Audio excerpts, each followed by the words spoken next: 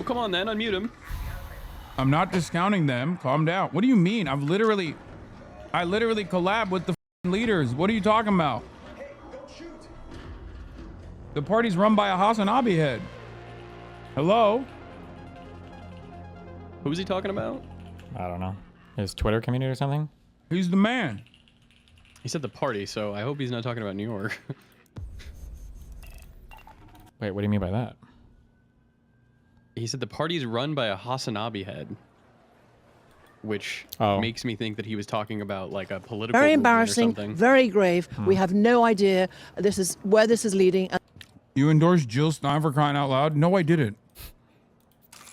I only endorse I did mainstream not do that, Dems, chatter. guys.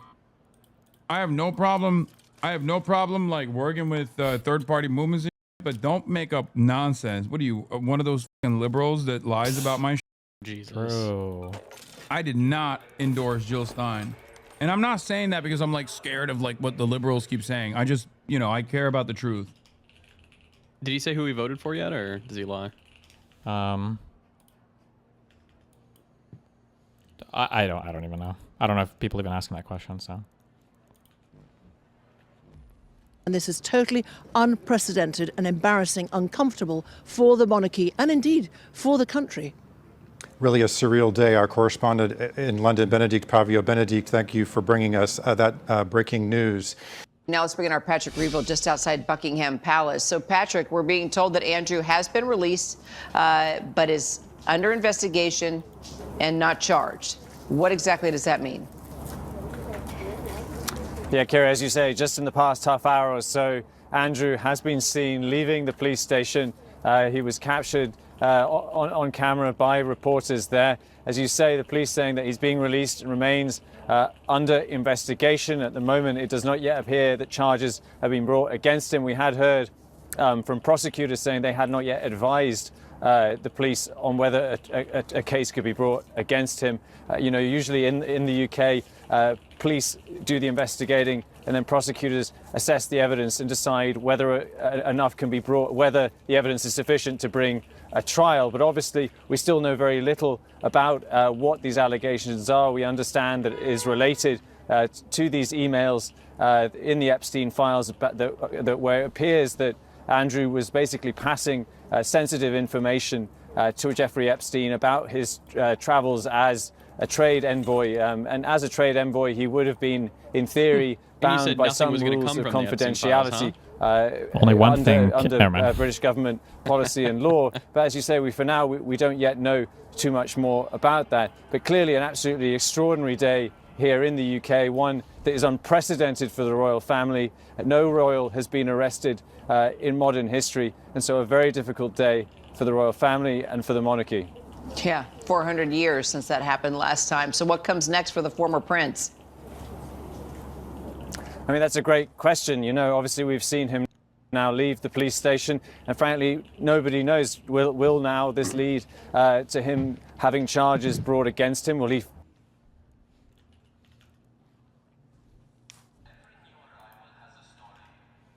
What do you think?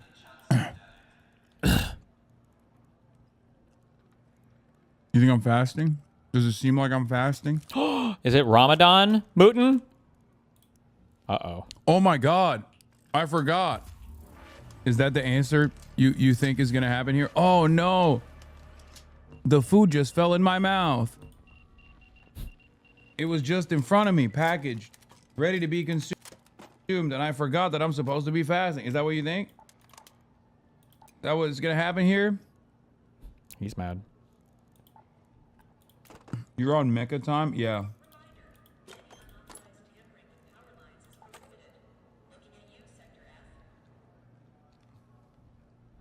Go on trial. If he goes to trial, would it be successful if he was convicted? You know, he's currently being arrested on suspicion of misconduct in public office. And so, Yeah. you know, Was it there's a Allah very that has broad fed me? range of penalties for that. It can be up to life imprisonment, but of course it can also be much, much less severe than that. I think if it was related to leaking information as a trade envoy, it's probably likely to be less severe. But equally, we don't know if the police could have perhaps found something else while they were investigating it. It's possible that these emails and the enormous pressure around Andrew that has come out because of the Epstein files in the US, because of that enormous pressure, the police have been pushed into looking into this more, and it's possible that they've discovered something else, perhaps even more serious. We do not know, but for the time being, of course, Andrew has always vehemently denied any wrongdoing. At the moment, he is under investigation, so huge numbers of questions and an extraordinary development, and this story very, very far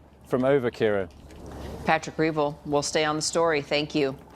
It was the latest release of the Epstein files, 3.5 million of them, that piled the pressure onto Andrew. Now he has been arrested. And they contain embarrassing documents, photos like this of him on all fours at an undisclosed location.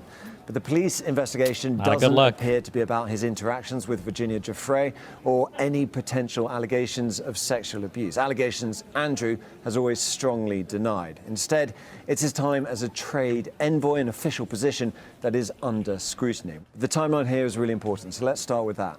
It's so funny that the British government's like, the international pedophilia is fine, but it's a bridge too far to reveal trade secrets, okay? I can excuse the international sex trafficking of minors, but if you fuck up the bag, if you touch the bag, we're gonna come after you. But like I said, the positive here is that this is directly Is Hasan on the side of like everybody's a to pedophile a much and they're all broader billionaires, investigation Yeah, of that course. will Broader take out a conspiracy? lot more figures in Duh. So British he's on like the populist side or whatever. Yeah, he's a populist. British politics. Is his dog in the spot? Yep. It was back in September 2001 that Andrew was appointed trade envoy. In June 2008, Why is he his saying friend envoy when it's supposed to be Jeffrey Epstein envoy? was convicted Envoy. in Fucking Florida idiot, for bong procuring fuck. child prostitution. Cool. Just over a year later, Epstein was released from prison. In December 2010, Andrew visited Jeffrey Epstein in New York. In 2019, he said that this is when he broke off contact with him. In February 2011, Andrew continues to email Epstein, and we'll come back to this. In July 2011, Andrew was forced to quit his trade envoy role. April 2015, and allegations against Andrew emerge in court documents regarding Virginia Giuffre. And in February this year, police started assessing claims over his links with Jeffrey Epstein. Wait, now, fuck. the latest After this, I can, files okay? appear to show correspondence I just don't want to between miss this because people are Epstein going and to, it'll Andrew be when the latter was trade envoy on non-personal business. So let's start with this email. It's from November 2010. And what it is an aide forwarding to the Duke When of is it supposed to York start? attached reports for Vietnam, Singapore, Hong Kong, and Shenzhen in relation to your recent visit to Southeast Asia. That was as trade envoy. 5 minutes later, the Duke, as he was known back then, forwards that on to Jeffrey Epstein. There's another one too. This said it is was at about 5? Afghanistan. Wait. Isn't it? Someone troll you? Wait, I thought I saw that on Twitter. Am I crazy? Mockler, Twitter.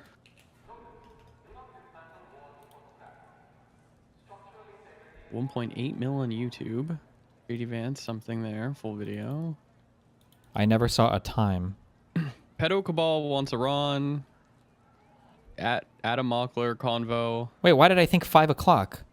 I don't see a time. Hasan and I are having a convo today. Did I hear somebody say this? Oh, Mockler's Instagram says 5:30. Oh, is that where? Maybe I saw it on Instagram. Mockler Instagram.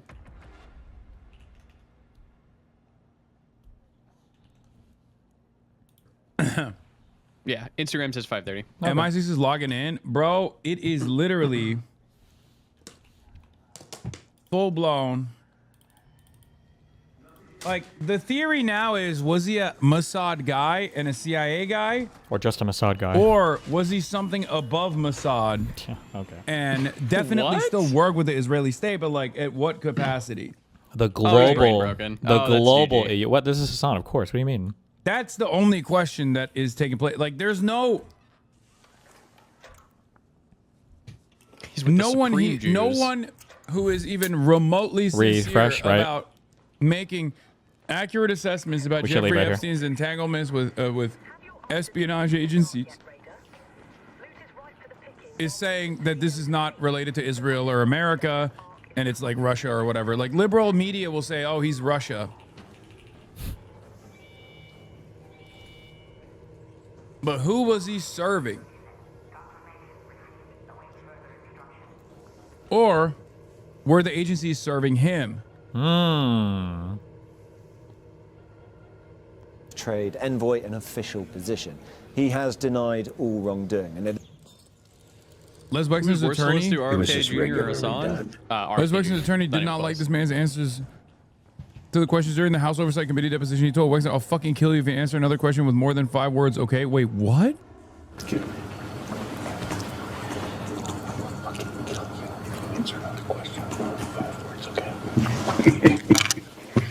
Answer the question. Okay. It's a good lawyer. True. That's a good. Everybody needs a lawyer like that. Everybody needs a lawyer like that. Holy shit. Is this? That's fucking awesome. Is this? What? Is this AI? Is it a fake video? Am I getting duped? Is it a fake video? What the fuck was that? That's some scary shit, says his chat. I need to end it. It's Oh, done wait, for are they me, going to man. pretend? There's like Do two we know ways what you can go time code here. it's around You so can we go retarded or you can go mega retarded. Mega retarded, it was that like the lawyer is there as a servant to the state of Israel who's giving him a genuine threat that if he reveals anything, he'll be killed. And then the kind of retarded thing is being like, he's telling him not to say anything more because he knows he's implicating himself in child rape. It's probably more just like your answers to every question when you're giving testimony should be short and sweet, just what you know, nothing more, nothing less. That's Yeah. it. But I don't know where they're at. Why go on a long tirade? It's from the man? original 5 video. I mean, it seconds looks will exactly like the original video, suffice. but I'm trying to figure out if it's like somehow manipulated or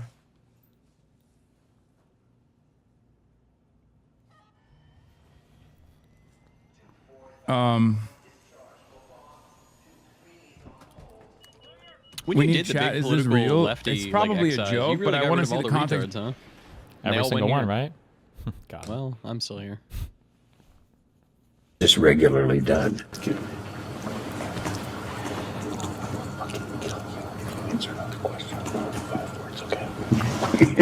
Wait, his voice there kind of sounded a little AI-y, right? Answer the question. Okay.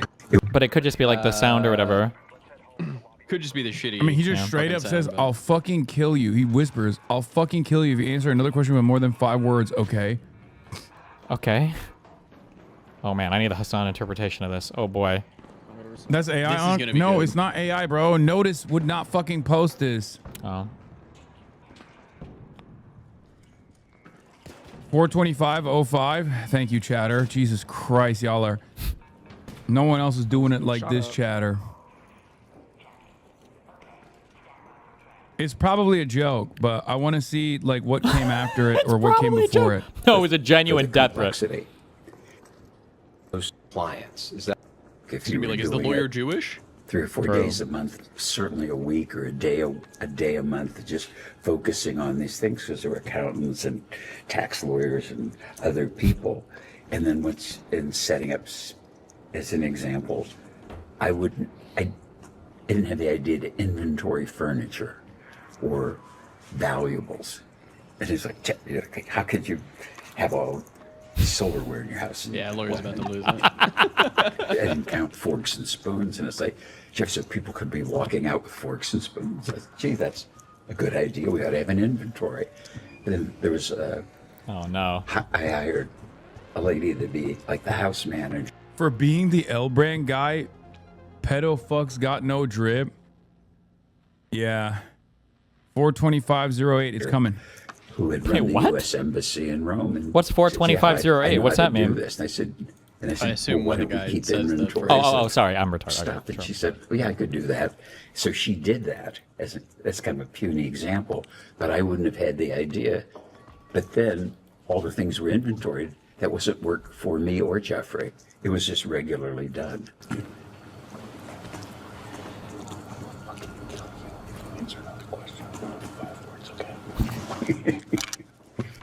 answer the question. Okay. A discrete question on a different topic. We know that at one point you owned a property in Palm Beach. It was a large oceanfront estate. We understand that you sold that estate to a guy named Abe Gossman, and that later Mr. Trump and Mr. Epstein got into a bidding war over that property. Do you have any knowledge of, or did you have any involvement in that dispute between Mr. Epstein and Mr. Trump? No. Good job. He locked back in. He's locked in. He's good, locked yeah. in. Look, he looks back at his lawyer and goes, He's like, see, I did it. Go. Yeah, I don't think it's a real threat. I think he's just literally saying, like, No you're shit, Sherlock. Good fucking job. it up. You're making it hard for us. Like, you're making it hard on yourself, and therefore for me to defend you. This is a fucking deposition. Stop yapping. Aw, good job. He got there. I don't know how, like, high-powered attorneys work. So I don't know if, like, high-powered attorneys will tell their multi-billionaire pedophilic clients to shut the fuck up or I'm gonna kill you like that. Like, is that normal for, like, attorneys like this? Like, the relationship between an attorney and a client at a high-status situation like this one? Maybe. My guess, if I had to guess, is it's probably a friendly relationship because my guess is going to be for people that are this wealthy, you probably have attorneys that you've worked with and known for quite a while. Like, you're not Forever, picking up a brand new attorney for some huge case. It's probably one that you have an ongoing relationship with because they have some familiarity with your business matters Like, and this everything guy's else. on his fucking retainer. Like, this is his lawyer. He works for fucking this Probably, yeah. Would be my guess. And I mean, I High would assume power if I was a enough fucking billionaire, this is what I'd want. I'd want a lawyer who's fucking upfront with me and, like, you know, we have a mutual respect, etc. Sure, yeah. Would my lawyers tell me that? I doubt it because it's... I don't think we've known each other for that long and that would probably be pretty sketchy. It's literally just hyperbole. You shouldn't shut the fuck up. You're incriminating yourself the more you speak. Yeah, no, that's what I'm saying. Because, like, when you see the clip without additional context, it leads you to believe that this is like, you know, someone's making the boss call. Like, it's a literal threat, but it's not. True.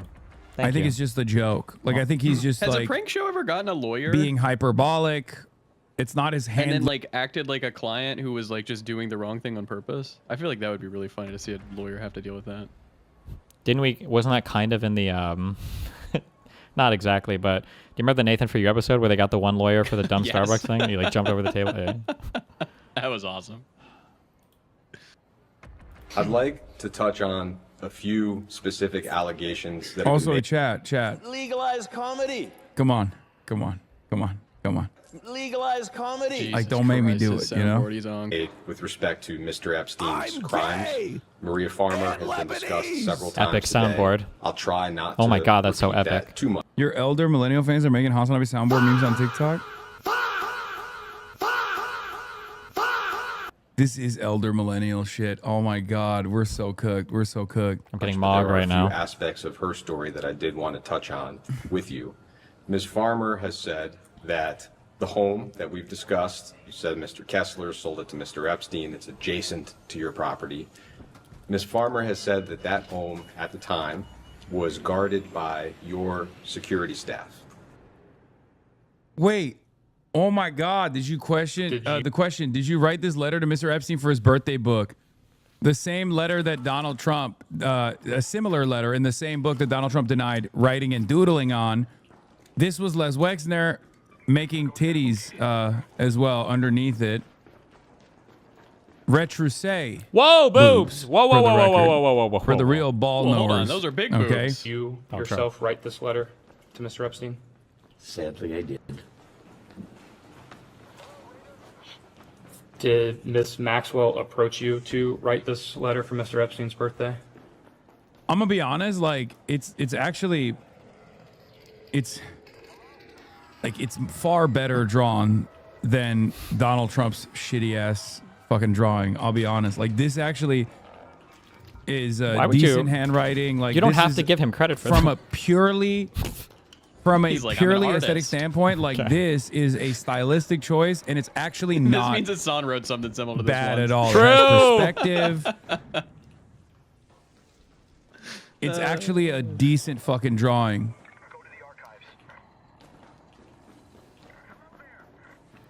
All right, bro. No, it is. What? I mean, come on. All the fucking art. I'll see. All the art students in the link. chat are 100% going to agree with me.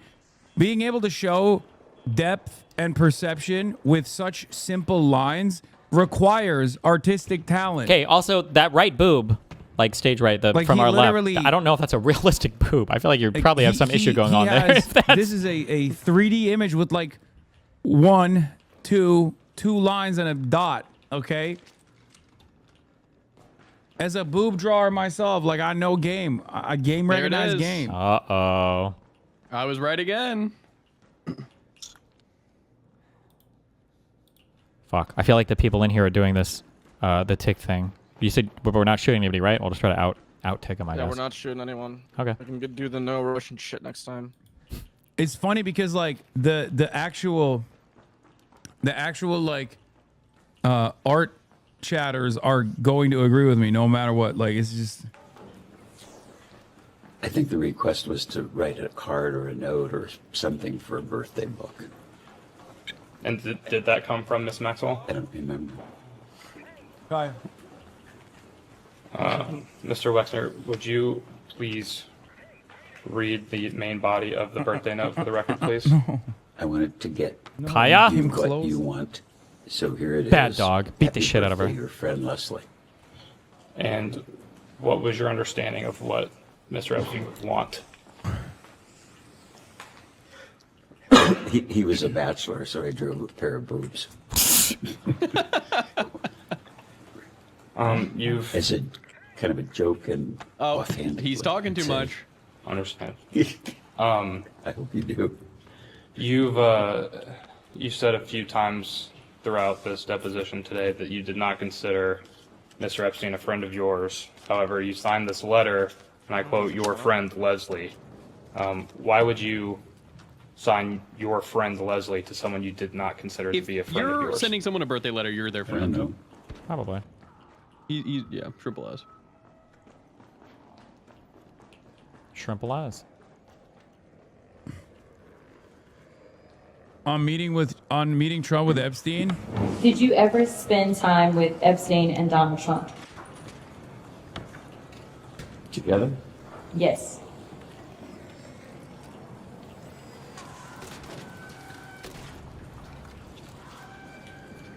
Jesus. Just so you don't know. I want to answer this question accurately. I would go to some of the Victoria's Secret fashion shows because it's very important to the brand. At some of the fashion shows, Jeffrey was there and some Trump was there. And I remembered because Trump would always introduce himself to me. And I always thought To be it was fair kind of for this guy, that he was at the fashion this guy show was the because he had CEO, I nothing to think, do with fashion. of like Victoria's Secret, right? So it makes sense that he's at these things, I think. Yeah. Was the Mockler debate in 7 minutes. Oh shit. Did you? And then we'll get back to the Epstein stuff. And Bezos mentioned? Oh shit, that's Boss Man. He would talk Jesus about Christ. the founders of Google, that they were friends, and he'd visit them. He would talk about, got to come out to San Francisco. You should meet the Amazon guy. Bezos. Oh. And I said, no, Why are they doing Too this? busy and I'm interested. Why are these guys and I don't hoarding do any of batteries? this. And I said, but he's really a smart guy. Yo, these guys were stacking these batteries in the corner to like hide them. Why? Is there a strat for that? I don't even know. Okay. Oh, there must be. Yep, they're killing me now. Fuck, I'm not allowed to shoot at them? Preferably not.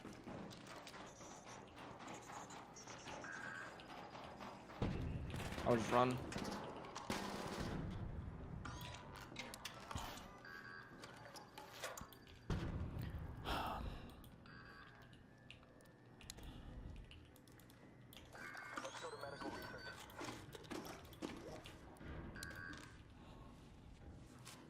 This is The normal. RT Remember, thing you shut the did fuck today up, was stay as enjoyable little to as watch. possible. Okay. The what?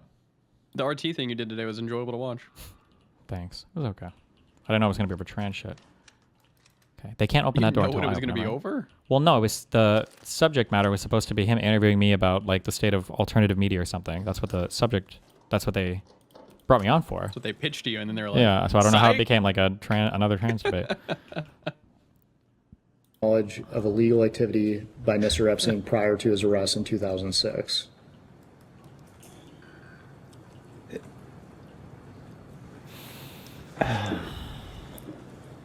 The only thing I recall is my Maria Farmer and Brace both said Wexner had hidden shooters with M4s hiding in the wilderness around his compound. Brace said he met some of the contractors on Shruanon.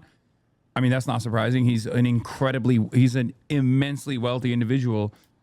Okay, well, I'm basically locked down. I can't run any of this over here because I think these guys are, for some reason, they're hoarding it off, or they're just trying to do it. Should we extract and just try to go next, or? We can extract, honestly. Also, your lobbies are fucking cancer. Why? Well, it's not like they only shot me once I opened the once I opened this thing. Otherwise, they were pretty friendly. press, whether it was the newspapers or radio or TV. This lobby wasn't too bad. Yeah. I feel like these guys are going to kill me when I leave, but okay. I'll try to come. Pray for me. And being aggressive. And I remember calling him and saying, "What the hell is this?" And he said, I was being shaken down and by a hook. Here's where the patriarchy conversation comes into play. In some instances, because of the patriarchal systems that we exist under, it is very easy for men to turn a blind eye to this kind of Now we're defense. talking about the patriarchy? Oh And my in Les God. Wexner's case, because he was so deeply connected with Jeffrey Epstein, it's bullshit. But he's now using that established blind side that many men have to his advantage to create a plausible defense. Okay? It's a double bind. Because most of the people in that room are going to be just as misogynistic, even the women, right? That's how patriarchy works. He's saying, oh, I simply did not know. I simply did not know. Oh, it's just someone, some random hooker was like shaking me down. You know how it is. I'm a rich guy. I'm a powerful guy. And you know how it is with powerful men. Women want to come after you. They want to steal your money. And the reality is, right now, he's using that as a defense of his innocence. It's a fair freak out. And unfortunately, plenty of people will believe him. And I believed him. Good job, Drive Me to Frenzy, for giving him a tier 3. And I think the follow-up that conversation was, I hope, you're not bullshitting me. Because That's cap. That's so fucking bullshit. Bullshit. Like, you can use this line of defense in a court of law We'll get out together. if you're, Did you fucking kill him? 15 steps removed from Why? Jeffrey Epstein. I had okay? to! No, you fucking can't didn't! Just use lose this your line of shit, dumb defense fuck! If you're Les Wexner, okay? A guy who was straight up He's mad. so deeply involved, See, this is why and this there's game fucking allegations sucks, that they dude. might have You been can't actually even having kill sex. anybody without fucking your Like lobbies Epstein for a and week. Les Wexner. That's the other side of the the story. penalty of being a which trialer. I wonder if they get into in the 5-hour deposition. I believe they do. But straight up, dude, straight up, like when he says, "Oh, I believed him," when he's listed as a fucking co-conspirator. Nonsense. Jeffrey Epstein used the Victoria's Secret brand to his advantage. Jeffrey Epstein and Jean-Luc Brunel, who we will be talking about because Bring up there's the new Jews. details about his mysterious death as well. Straight up were in line with the L brands, and we're using L brands as a mechanism of recruitment, as a way to make Find the next themselves game. I got come it. across Steve's more not ready for it yet, legitimate. though. He was directly involved. He'd like Mugenics, and I think he might be okay with Deadlock. Uh-oh. But he would They love do get Mugenics, into it. and that's a game you can play while you're streaming. Did you personally have a yeah? sexual relationship with Jeffrey Epstein? Yeah, 100%. Les Wexner, no.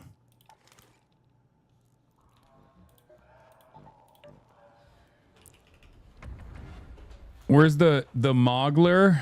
In a second. Yeah, 5 hours of Les Wexner's testimony about Epstein. If we farmed friendlies. Here's his reaction when he was asked if he fucked Jeffrey Epstein. Well, the issue is Are you that... trolling? Wait, what did you say? What did he say? He said he wouldn't have to shoot that guy if we were farming friendlies. Oh, no. What are we doing right now? We're in friendly games, but the issue is that these people are doing trials. Those weren't PvPers, they were trialers, right? So some people are going to kill people in trials because they're trying to do the trial, which is probably what we're going to have to do if we really want to get this done. We're probably going to have to come through and do like an assassination run while we're killing ticks, I think, right? Yeah, we can try. That's not gonna. Not gonna what? Indisposed, right? We should just farm friendlies for a while so that happen in like an hour and a half. Yeah, sure. Yeah, we can do that. Yeah, that's what we're doing now. Extracting. Yeah, well.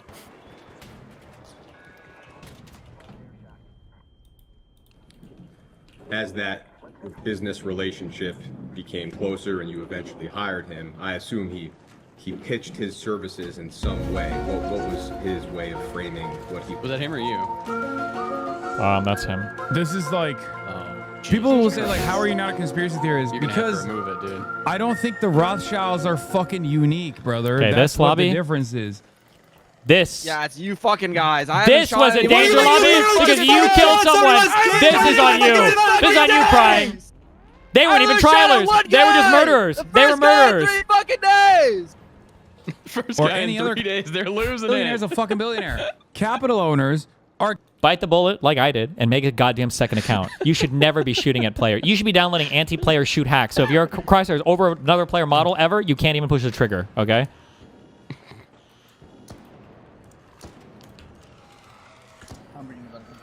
Like, even down to, like, the Illuminati adjacent stuff of them, like, doing ritualistic sacrifices or whatever the fuck. I see all of that stuff as just being a part... All of that stuff as just, like, hardening support for one another and creating new units within that same class structure, right? I think, like, not all billionaires are fucking pedophiles, even though seemingly a lot of them are, okay?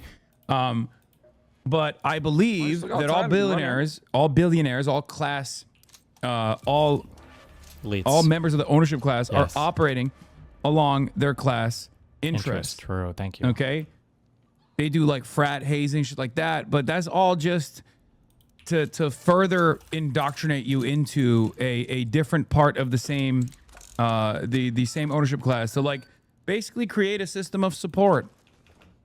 He uses just so many fucking buzzwords. Like Bohemian Grove is real. Yeah. Bohemian Grove is a great Ownership example of class. exactly what I'm talking about. That's precisely what I'm talking about. Anyway, I'm gonna talk to Adam Mocklib. No, we're not farming friendlies. We're queuing last 10 minutes, full PvP. Are you sure? No, that's a massive troll. We got 2 hours till fucking hidden bunker. We gotta trade in our... Okay. He's itching, man. Let's He just hasn't killed somebody in 2 days. just do then like we'll just continue to just hop in lobbies and extract and do nothing. And then in the last 10 minutes, we're gonna go Terminator mode. But I'm not gonna be on voice chat, so but that's okay. We'll just kill everybody we run across 1v3, no problem, right? Yep. All right, sounds good. This is boom. Adam Mockler, everybody from Midas Touch. Shut up, Bobsy, you pussy ass bitch. Not in the building, but hold on. Let me see where the. There he is. Wait, that's not the That's right. not what you called me the other day. You had a different name. You called me Mock Lib. I said I said it right now too. Right before. Okay. But I also said Adam Mogler. Okay, I like. Went on the CNN panel. Adam Mogler. Here he is known as Adam Moglib. That's fine. Hold on. And Lib is bad, by the way. I'm trying to get the scene right real quick. Oh, boom. There it is. Okay, fixed it. Perfect. All right, Adam. Welcome to the broadcast. I think we're going to have a wonderful and productive conversation, even though I know that there's a lot of people on Twitter that hail you as their debate champion, and they're like, it's finally time. It's finally time to Please, fucking Mogler, destroy kill him. Hasan in the marketplace of ideas. Oh my god. I don't know if that'll happen, but wait, is there audio echo chat? Is that what's going on? Oh yeah, you're hearing me a little bit, I think, from your end. Let me fix that. Yeah, and I'll also up your volume as well. 1 sec. Thanks, Raider. Yeah, it's a few things. Let me make sure you can hear me correctly. Yeah, I can hear you. Yeah, I cranked I you want up. this to be a productive conversation. I want to make sure we can make some progress because I think we're all united in one goal of beating fascism at the end of the day. And I'm not here to shame anybody for voting one way or not voting one way. I honestly don't even think you guys all have to line up behind Gavin Newsom 2 years before the fucking primary. We're 2 years out ahead of the primary. Nah, that's fucking exciting dumb. ideological battle coming up. So I'm not asking you to like jump up and down for Gavin Newsom. However, I do want to talk about your response to Jennifer Welch on that podcast because I do have some thoughts. And I think I can bring a pretty good faith version of what a lot of people on Twitter are trying to say, but kind of getting muddled in. But yeah, we're going to agree on a lot regarding criticism of the Democratic Party, probably where the Democratic Party needs to go. We'll agree a lot. I'm very disillusioned with the Democratic Party as well. But I think there's some good faith criticisms of the way that you approach that question or the way that you talk about this. But. Yeah. Yeah, if you want to know what my positions are, and I think you're already pretty familiar with my positions. I know that like you've probably heard me speak on these issues for years and years at this point. But my primary goal, especially in the interim, especially in the short term, is defeating conservatives. Defeat of fascism. Oh my God! I believe that the Republican Party is an illiberal party, a post-liberal party, whatever you want to call it. And I think unlike this is white Hasan right now. Historic inception of fascism as a revolutionary movement at a time when liberalism was failing only 100 years ago.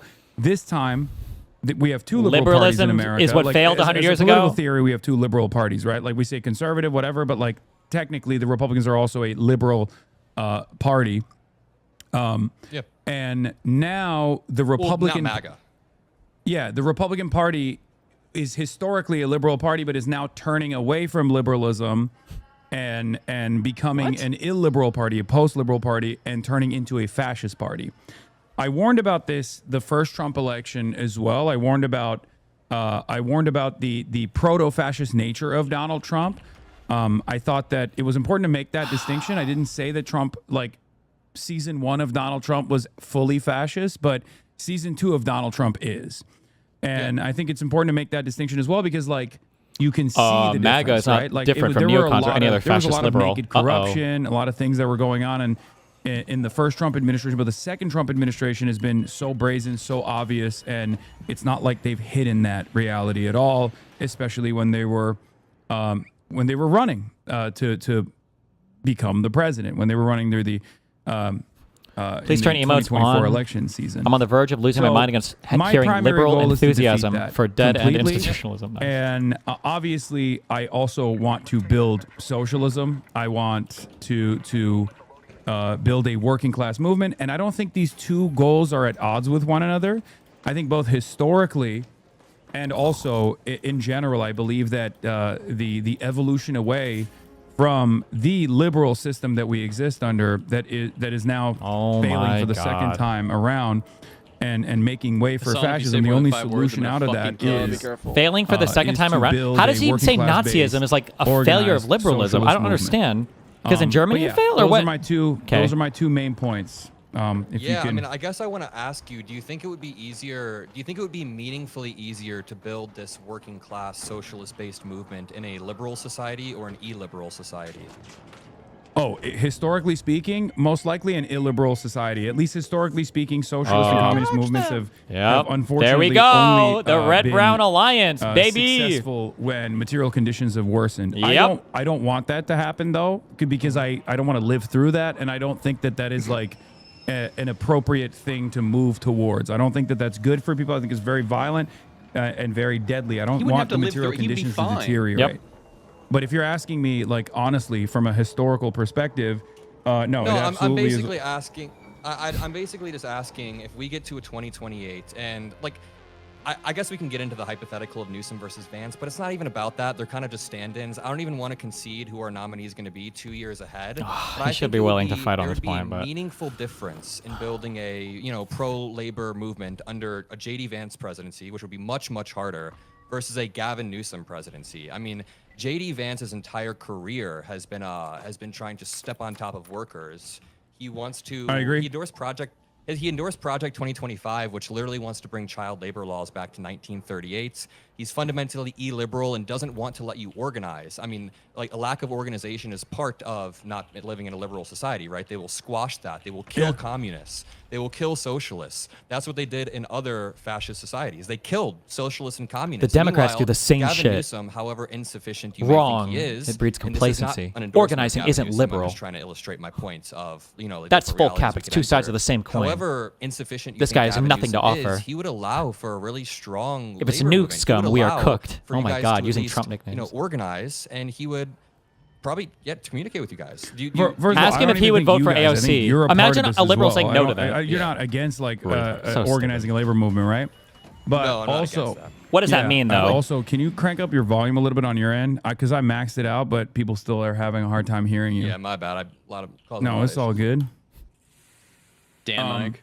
As far as like what's better rooms for organizing, it's not even a necessary part of this discussion because I know that. it is. Wait, I maybe know these are that, peaceful no, lobbies? the reason why I'm saying it's not a Should we necessary try part of to this kill some discussion is ticks and because check? given the option between Gavin Newsom I don't have a kit. and Oh, and true. JD Fuck, I don't Vance, either. Never I'm mind. not saying that Gavin Newsom is going to be a situation than JD Vance. I understand and agree with, in theory, the harm reduction narratives. My argument is always around doing away with harm reduction narratives because the harm reduction narrative has leading to led more harm. to two spectacular failures thus my far, God. both in 2016 and also in 2020. And as far as like playing hardball with Democrats who don't want to listen, who still want to hold on and maintain this like harm reduction narrative, who still say that they want to appeal to this like mythical moderate voter, who's outside of Get the talking time going. The timer. Jesus who Christ, isn't a bro. normal Democratic He's Party running down the voter, clock. like these guys that they want to Yeah, turn he's like, I gotta get to out the of this Democratic shit. Party. I'm willing to say I'm willing to play hardball with them and say, like, True, look, Mockler's in a I'll peaceful lobby hold right my now. vote True. back. But the reality of the matter is, if you're asking me sincerely, like, do you think that No, he's trolling you. Gavin Newsom is going to be better than JD Vance? Of course. I mean, this is not something just like Kamala Harris is objectively going to be better than Donald Trump. Walking it back. The miscommunication, the miscommunication around this comes in large part due to me openly saying like it's out of my hands at that point, because that was the second part that I mentioned. It's openly out of my hands at that point, and there's no way for me to imagine a overcome Pisco the way versus that the Hasan party debate? is communicating what they want to do. And the fact that a lot of people hear that and immediately go, "Oh, this guy, he wants the Republicans to win." I don't.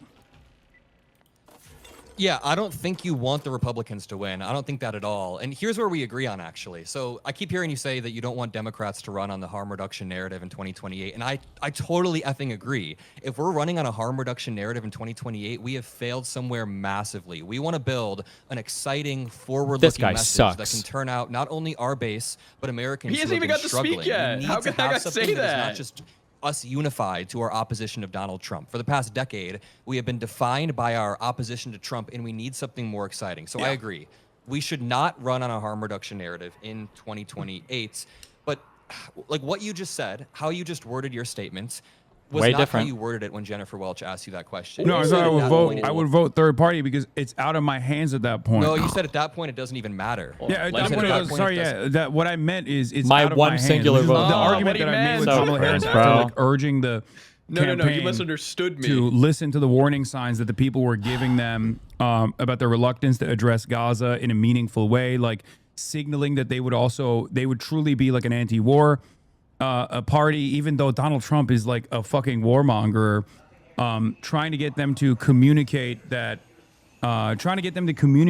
there are meaningful differences between their design overall, not leaning in and not conceding on the white nativist anti-immigrant narratives, knowing full well how devastating Trump's mass deportations were going to look like. Time. I poured hours and What'd you hours say? and hours of commentary into this, Filibuster time. thousands of hours We're of back. commentary into this, and Thousands it's of always reduced back to whatever like reasonable soundbite that people can cling on to say, "Oh, we got him. He's a third party guy." What do you mean it's out of? Well, you said you would vote third party, but what do you mean it's Yeah. out of your hands? Oh, perfect. Like you So, mean like we would lose? At that Muffler point? might be the chosen one. I don't know if we would necessarily. We I don't might know if win, would but lose. fascism JD will Vance is still come uniquely after. Uncharismatic. But these are all pointing we or see that dodging the every point day, of the right? I mean, he's a hypothetical. fucking disaster. Oh my God. I still Pisco think that strat. Gavin Newsom is particularly weak against JD Vance, unfortunately. How? So I He don't thinks know. he's I feel like it would uncharismatic still be a or toss-up at that point. hates trans people or partially whatever. Absolutely because charismatic. while JD Vance is not capable of holding the Trump coalition together, I don't even worry about JD Vance as much necessarily. I don't really worry about Marco Rubio. I worry about Tucker Carlson. I think Tucker The Carlson Russian guy? has the real. For running? He's the real torch carrier of the MAGA movement. I don't even know if Donald Trump recognizes that yet or admits that The torch carrier is personally, MTG. but I think it's there. No, I think she's stepped And out. I don't think there will be a torch carrier. I think the torch is extinguished after Television Trump is guy gone. But who we'll see. I understands guess. how to communicate. He is charismatic as well. So That is really scary. So he is the one I'm actually terrified of, more so than Marco Rubio, who is like a straight line neocon. He's not going to be able to do the populist shit. And JD Vance is basically like evil Pete Buttigieg, like role reversal Pete Buttigieg, where like he also has that like consultant, McKinsey consultant vibe to him.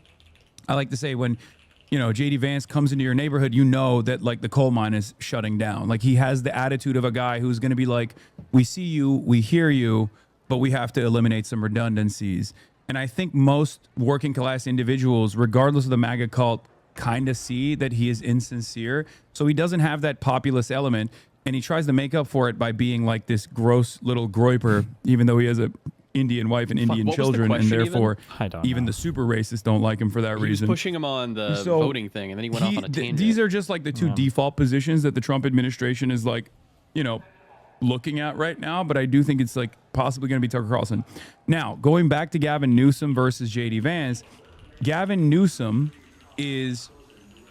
unfortunately, what do you mean by it's has out of his hands? a lot of the California stink associated with him. I love California. Where's the I live Dr. here. Seuss song? But I'm And still there's a lot of in. exaggerations Exactly. about how devastating California is, like how terrible the conditions are here. People are all doing crime and doing drugs, and everyone's homeless on the street. But there is a real problem from a policy side, from the policy side of things with California. God. Gavin Newsom is, and he's demonstrated this already, beholden to corporate interests.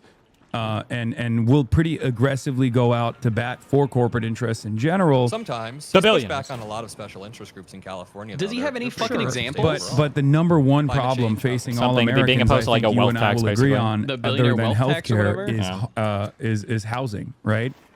And California has a huge issue with housing. And I mean, we have basically every voted state for does, but, a million different It's not ballot just a initiatives US at this thing, it's an point everywhere thing. to pay for shelter, pay for additional tax revenue so that we can go and build new homes and things of that nature. What? And none of it ever gets done. There's a lot of institutional rot here as well. Not to get all abundist on. Yeah, he's abundance on this- liberalism there, Hasan. on this conversation, but like there is a little bit of truth to what the abundist guys say.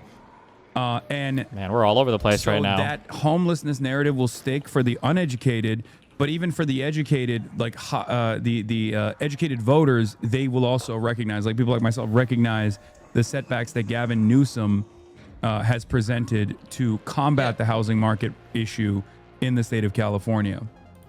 Jesus. Yeah, so I guess a few things that I want to respond to. I agree with you about Newsom's electability problems, and I think a lot of people would agree. I mean, I have a massive liberal audience, and even they're not fully behind any candidate right now, especially not fully behind Newsom We're 2 years ahead 3 of the years election. away. I think that now is our time to use the leverage we have, and I think that's what you're trying to do during the Jennifer Welch podcast. And I want to keep returning to that conversation that you had, because you said in the conversation at that point it doesn't even matter, but you at this point mean it was out of your hands, right? Yeah. Can you clarify, what do you mean it was out of your hands? So He's asked it a second time. and I also talked about like my refusal to endorse Kamala Another Harris pivot. as well, and we can get into that too. Woo! What I Another mean pivot. by that is Okay, we're exactly going what back. I Okay. said in the 2024 election, where it was Wait, like, another pivot. you can't, Wait.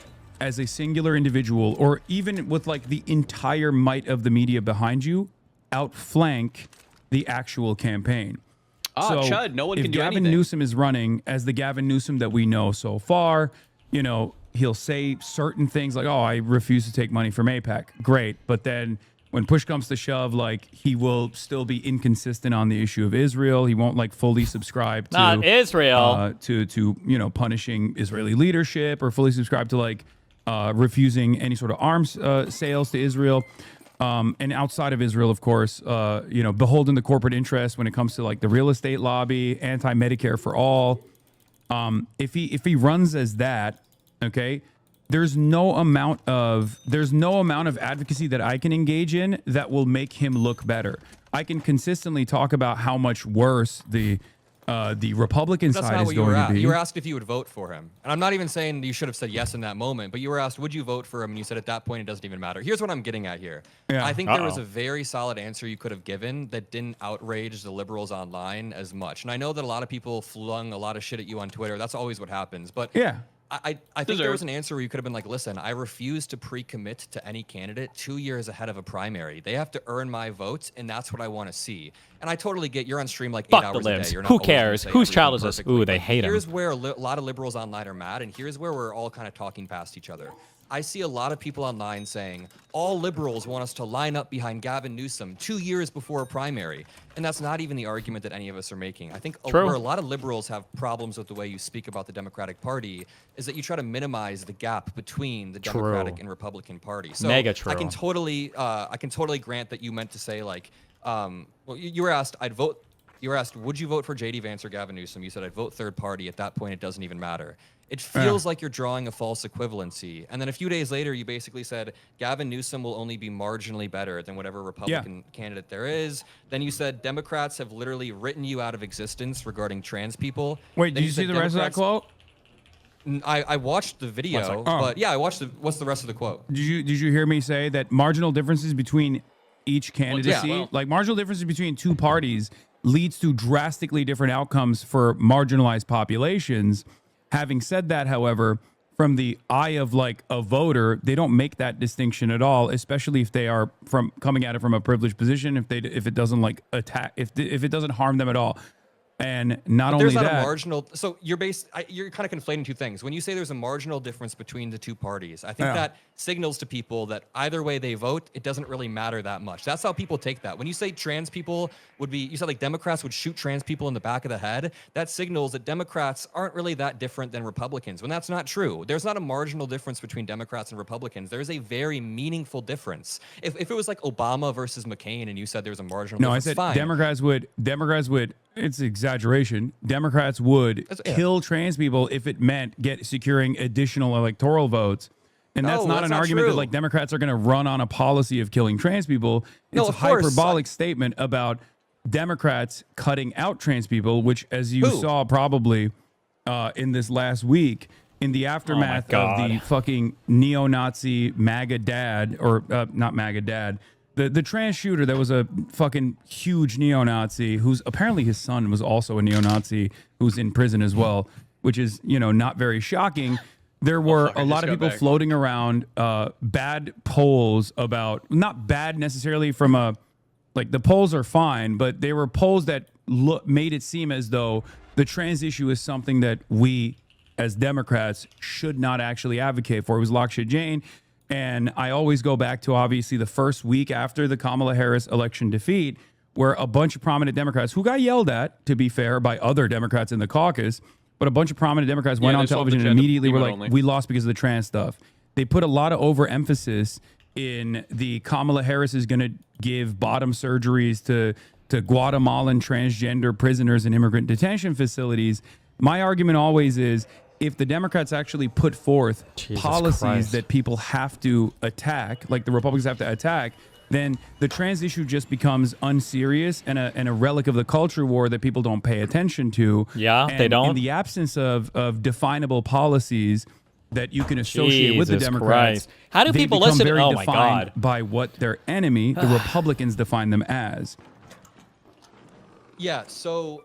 That's also. I don't actually I don't disagree with your analysis at the end there. I do think that if we had a more affirmative, unifying message, then people wouldn't care. Like Medicare for all would be really exciting for so many people. Okay, we're killing. Good luck. And I actually agree there. But just because some Democrats went on TV after Kamala lost, and just because some Democrats that are floating polls around on Twitter that are showing people don't like trans, that doesn't mean Democrats don't care about trans people or have written them out of existence. Like the difference between Democrats and Republicans on trans people is not marginal. It is not slight. It is very, very meaningful. If you grew up in the state of Indiana, where I grew up, and you tell a counselor that you are having thoughts about, like gender dysphoria or you want to change your name, they have to go tell your parents. But if you go across the state borders in the state of Illinois, someone who you probably think is like a moderate billionaire, J.B. Pritzker, he's turned it into a sanctuary state where you can get your. No, I like JB's policies. Yeah, I'm very aware of this distinction. Okay, but wait a minute. So J.B. Pritzker, Andy Beshear, even Governor Newsom turned California into a sanctuary state. It is a very progressive state. So can you see how people are bothered when you then go on the stream, and I'm quoting you verbatim, you said Democrats have written you out of existence, Democrats don't give a fuck about you, and then you said later on, the marginalized identities have been left behind by the Democratic Party. You're kind of drawing a false equivalency, and then that brings me back to the Jennifer Welch clip. I'm trying to give you the strongest liberal argument here as to why people are mad. It's not because and by the way, I've heard this argument. I used to make this argument myself. Yeah, but you said at that point it doesn't even matter, and that kind of feeds into the broader apathy that you seem to be pushing towards. So there is a meaningful difference between Democrats and Republicans on trans issues, right? If you grew up in a Democrat or a Republican state, there's a meaningful difference between your quality of life. Can you agree with that? Oh, absolutely. Okay, Absolutely. so a meaningful difference. There's a big difference. Okay, so there is a meaningful difference between living in a democratic state, hopefully one that isn't captured by Republican state legislatures that will then, even under Democratic leadership within the White House, take advantage of the state legislature apparatus to still undermine trans existence, and then take that all the way up the courts of the Supreme Court. There's a meaningful distinction between having a liberal Supreme Court majority versus a Republican Supreme Court majority, a super majority even. These are all things that I fully understand and fully agree to and don't want to happen. When I talk about the Democratic Party's lack of interest in like he's saying this to minimize the bullet he just fighting had to bite. back and counter messaging against. Well, and because the more that he rambles, the friendlier around trans people. It makes the other guy kind of what have I'm to talking be. about is Democrats running from a place of fear. What I want the Democrats like he's just to like do it's all just meaningless, is to whatever bullshit. Not compromise at all when it comes to putting forth a counter messaging operation to go back and fight back against the Republican Party when it comes to trans issues. But also, this isn't even just about trans people either. This goes back to even undocumented migrants and migrants in general, like Haitians eating cats and dogs, all the endless amounts of attacks, and the notion that like undocumented migrants constitute a national security threat, the way that the Republicans presented, it's pure hysteria. Something that I've told Democrats over and over again, urged Democrats over and over again, even when Joe Biden was president early on, down to the DNC where I talked to them directly and told them to address over and over again, with the hopes that they would, at the very least, push back against this so we wouldn't have seemingly a more, like a bigger mandate, a bigger popular mandate for Donald Trump on issues such as that. I think every moment that the Democrats waste, not on the offensive, on affirmative policies and affirmative policy vision that is easily definable, is a moment where the conversation revolves around culture war issues, specifically attacking trans people, and it ends up harming trans people that way. There is a big difference between a blue state and a red one in terms of trans existence. To deny that would be silly. I don't deny that at all. Good. What about between like a Newsom, if Newsom got everything he wanted in America and JD Vance got everything he wanted in America, do you think there would be a meaningful difference for trans people? Yes, I do.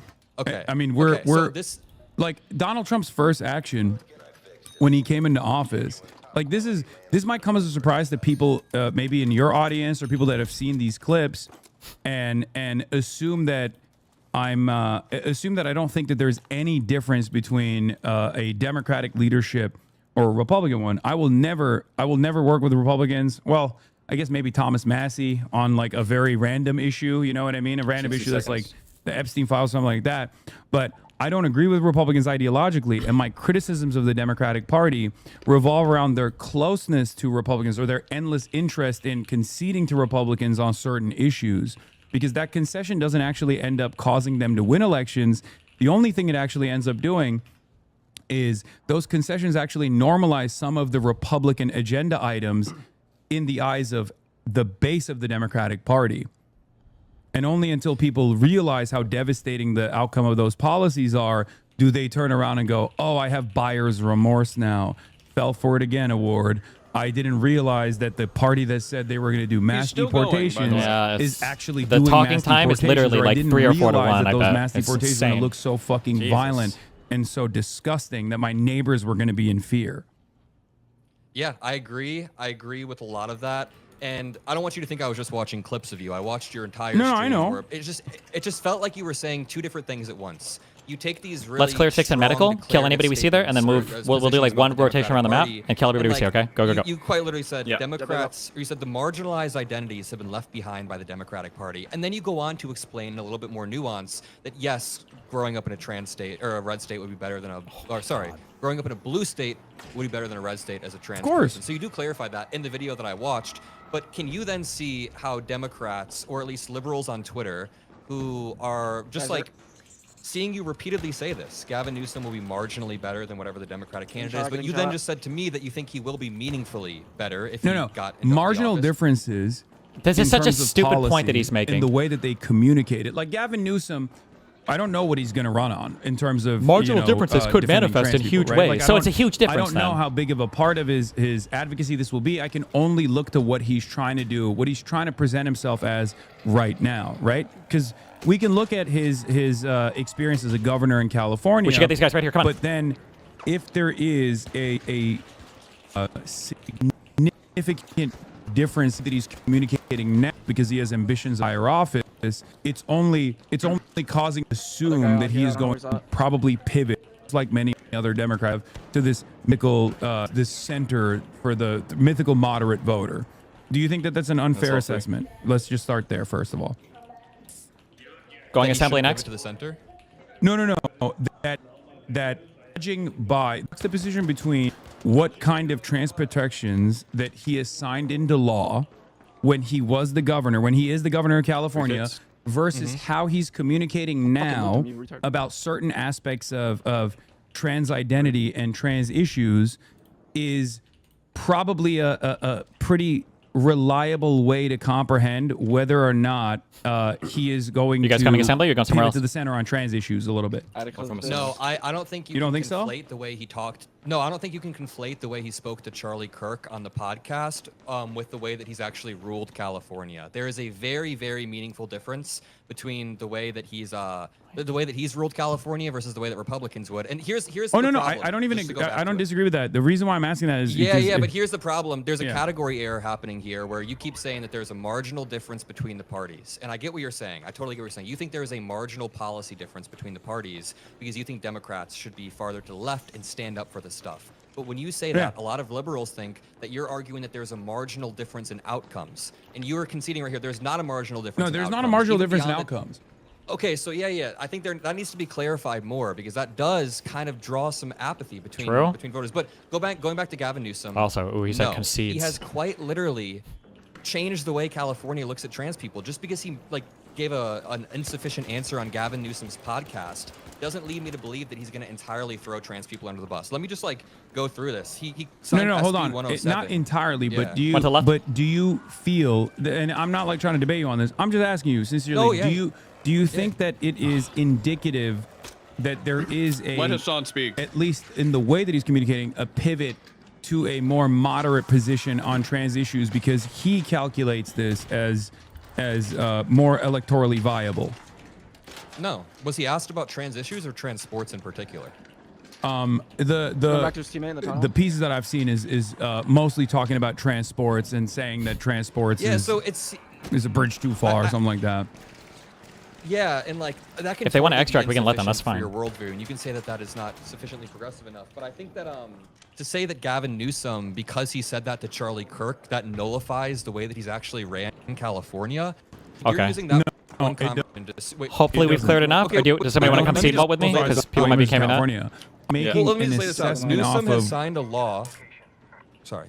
I'm making an assessment off of. I know Gavin Newsom, just like Andy Bashar, who I have given tremendous props to, more so than Gavin Newsom because he's doing it in fucking a Trump 35 state, right? Trump plus 35 state. Yeah, he's holding the line with a hostile state legislature too. So it's it's infinitely more difficult. he actually shows the rest of the Democratic Party. I use him as an example to show the rest of the Democratic Party that you don't have to be compromising. And the way he's talked about trans people is actually wonderful. Where he says these are, Christian. These are my neighbor. God teaches me to love my neighbor, not to fight my neighbor. I remember when he stood up against that state legislature member where he was like, you have to apologize to these constituents. These are your constituents as well. Wait, hold on one second. Can you take it off of emote only mode? What's going on? Why do people keep saying robot? Why do people keep spamming robots? It's lagging. Is there an issue? Is my mic better now too? Sorry. No, I've been hearing you clearly this entire time, but I don't know what the fuck's going on. I took it off emote mode. No, is it I think there's effing? another. Oh, it's just a small lag Up here, and people lose their fucking minds over it? Is that what it is? Liberals and leftists are agreeing, so the deep state's taking us down. They're like, we can't have agreement on a stream between the two. Oh, fuck. It's stuttering on Hasan. Oh, we're only. dead. Prank's not even with us. I didn't realize. It was a third party. 5 minutes? No. Rip. Audio is an audio disaster, but it was only 8 seconds or so. It's fine now. Okay, sorry. They were just like spamming the robot emoji over and over again, so I thought there was like something devastating happening. Okay. What were we talking about? Oh yeah, I was saying Andy Bashar is glazing Andy Bashar for uncompromising on his values. Business, bro. Yes, that's especially within the confines of like what he is capable of doing. I mean, that's very impressive, and I think it should be a lesson that other Democrats should follow as well, and some do, and some are cowards. But as far as the Gavin Newsom thing, I am aware. I think it's like what 49 LGBTQ plus bills that Gavin Newsom as governor has signed into law. I mean, as a mayor of San Francisco, he was his first nationally prominent act was literally to defend gay marriage in San Francisco. Like, I'm very familiar with Gavin Newsom's background. Wow. He's my governor. Now Hasan's pro Newsom. Now he's the Newsom's biggest champ. What I am fearful of and what I worry about is the same exact pivot that we have seen from many Democrats that pivot that they're invested in. This is so stupid. Oh my God, it's so boring. Holy shit. Whether it be sports, a conversation that starts off with the most appropriate angle to tackle that Republicans spend hundreds of millions of dollars against and create controversy around, this being, transports, to very quickly moving the conversation over to gender confirmation surgery, and a litany of different anti-trans bills that basically lead to making it illegal to be trans in public. The conversation. I don't think Newsom would go that far. No. I don't think Newsom is going to go that far either. Yeah. But my point is, any concession that you're making about trans existence in public, instead of just simply moving the conversation back to a territory that is appropriate, a territory that is pertinent for every single person in America, something that is more consequential for the average person, groceries, ability. Is this on me or is everybody Twitch doing this? Nature is lost ground for He's no like Clancy. reason that then justifies Lag additional switch. anti-trans bill come after that. Well, so you're opening the door to that conversation rather than stopping it. Imagine if the debate ended right here, and he's like, I think we basically did it all. We're good. That's good enough. No, dude, I totally agree that Democrats should stand on business when it comes to transition. Am I lagging at all? Is it good? No, I'm the one who's lagging apparently a little bit. Yeah, It's so crazy because it's not even fucking anymore. I think it's happening. You can't like. Yeah, now it's lagging. Yeah, that's it, man. What's happening right now? Uh-oh. But here's where Oh, I no, think wait. It's the difference is. You know, like the big dog, small dog. You know what's going on. You say something tense. You know what's going on. It's the elite. When you're on the podcast, when you're on your show, a lot of these statements are so Yeah, the Mott and Bailey, of course. I feel like you're pulling a little bit of a Mott and Bailey right now for non-Gen Z. No, not at all. Meme. I always lingo. glaze Newsom like you're that. on your show, and this isn't even meant to be like a confrontation or anything, just so you know. But like, I think No, this I is understand. genuinely where a They're lot of saying it's liberals have bad. friction. Let's hold off for a Yeah, I second. think Let's hold off for a second. It's over. Just wait it out. Sorry, it's gonna come back in a second. The lag comes and goes. To be honest, it's gone for me now. Is it good now? No, He's gonna be like, let's go to the next point. Adam is not the one who brought up Mott and Bailey. I did. Okay, they're saying you're engaging in debate purgatory. I'm the one who did it. Okay, I'm the one who said Mott and Bailey. All right, go on. Yeah, I don't want you to think this is some like confrontation where I'm trying to like pin you down or anything, but when you go on your show and your stream and these clips go viral in liberal circles, I think the friction comes from you saying stuff. And it's just important that I quote you verbatim. Like, Democrats have literally written you out of existence regarding trans people. Marginalized identities have been left behind by the Democratic Party. Democrats don't give a fuck about you. They would shoot you if it meant they could secure votes. And then I come on here, and you're like, wait a minute. I do acknowledge that Newsom would be meaningfully better on trans issues. I do acknowledge that J.B. Pritzker is meaningfully better. I kneel. Blue states are meaningfully better. I do. And then your strongest argument as to why Democrats are throwing them under the bus are some polls that you see on Twitter, not from Democratic Party leaders, but from like Lakshaya Jain or whatever. Some people after the 2024 election going on TV and saying something to the effect of, oh, we lost because of trans people. That's obviously bullshit. Get those people out of here. And then Gavin Newsom on Charlie Kirk's podcast. That's your evidence that the Democratic Party is throwing marginalized people or leaving marginalized people behind. Why does Hasan look retarded? He looks like he's like... It's not a trans people either, by the way. I'm sorry. New pivot. This argument extends not just to trans people in general. It also black people. Black people. Different backgrounds as well, including but not limited to immigrants. These are two different arguments you're making, though. No, because the reason why is because of what you've also seen that comes. Let him speak, Adam. Stop interrupting him. After the end of that clip, which is the assessment that corresponds to my broader outlook, my viewpoint, which is that there is no reason to make these sorts of whatsoever. Like, these are people who are infinitely more influential within the Democratic Party's ecosystem. It's probably one of his own fans who are DDoSing. Okay? We got to get Hasan out of here. Hasan, this is a bad idea, bro. We got to DDoS you. We got to take you out, Hasan. I'm sorry, bro. You can't do this. I don't know why you thought this was a good idea. I hate the fucking ISPs. It's Hasan, insane. Don't adopt a Mockler. Okay, I think it's back. They're saying we're good. Okay. I have a... Would you agree that I have a more nuanced approach to this issue than the way that clips present my perspective?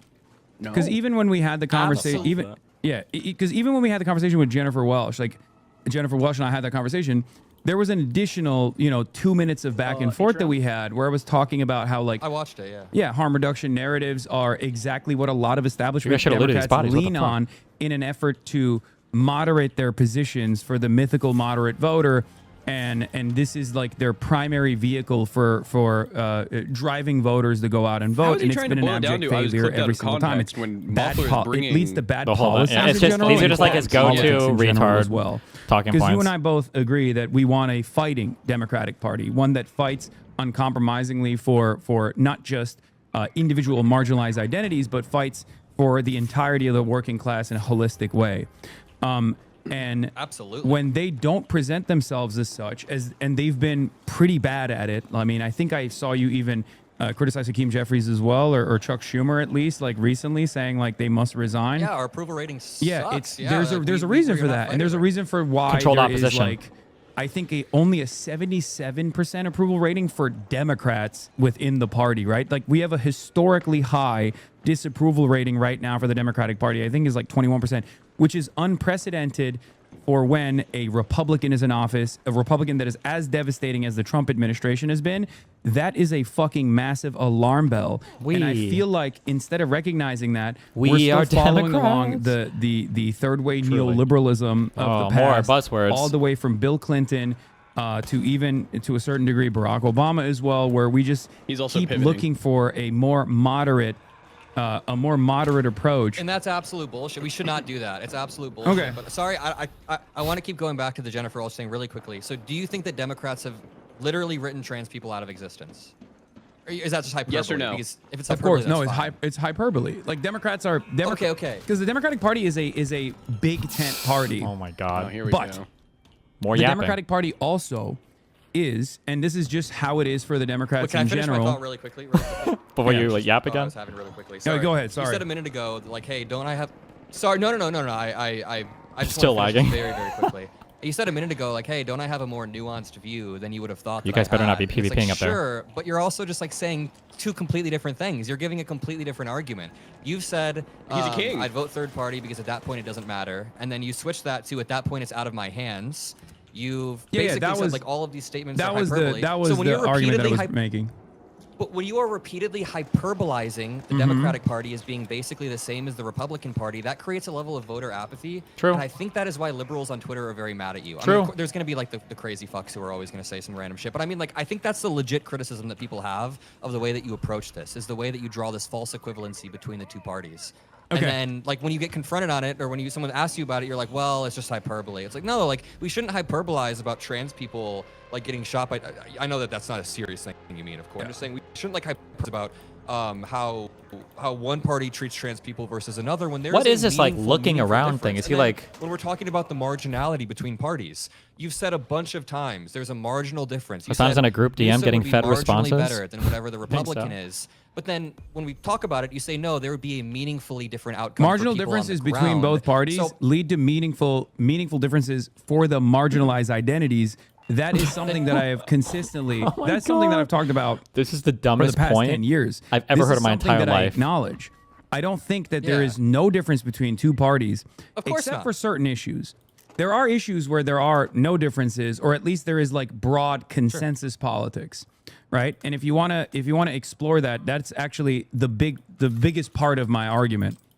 The consensus that, for example, healthcare is going to remain privatized, and that with the exception of a couple Democrats on the edges, right? But the party is broadly seen as a party that also wants to maintain private health care, right?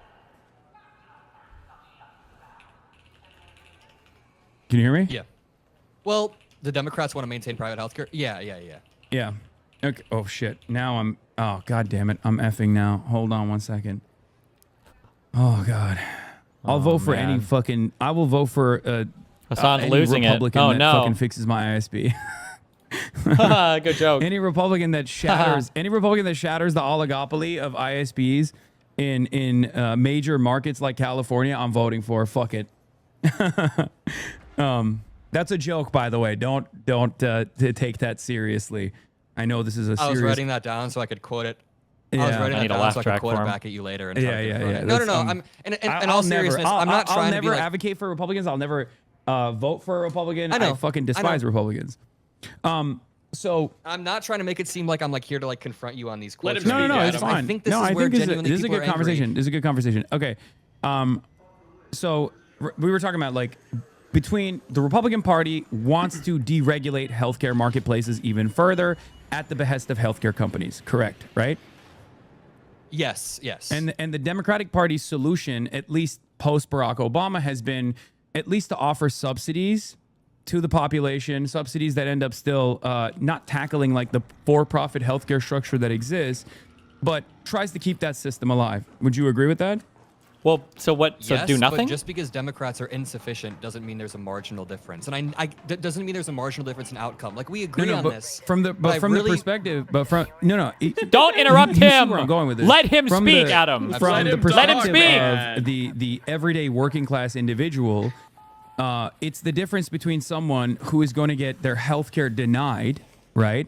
Because they just simply because they deregulated it. There's no more protections for people with any sort of health complications, right? Like on they your stream, Adam. let's say they're completely destroying that on the Republican side, and the Democrats are saying no.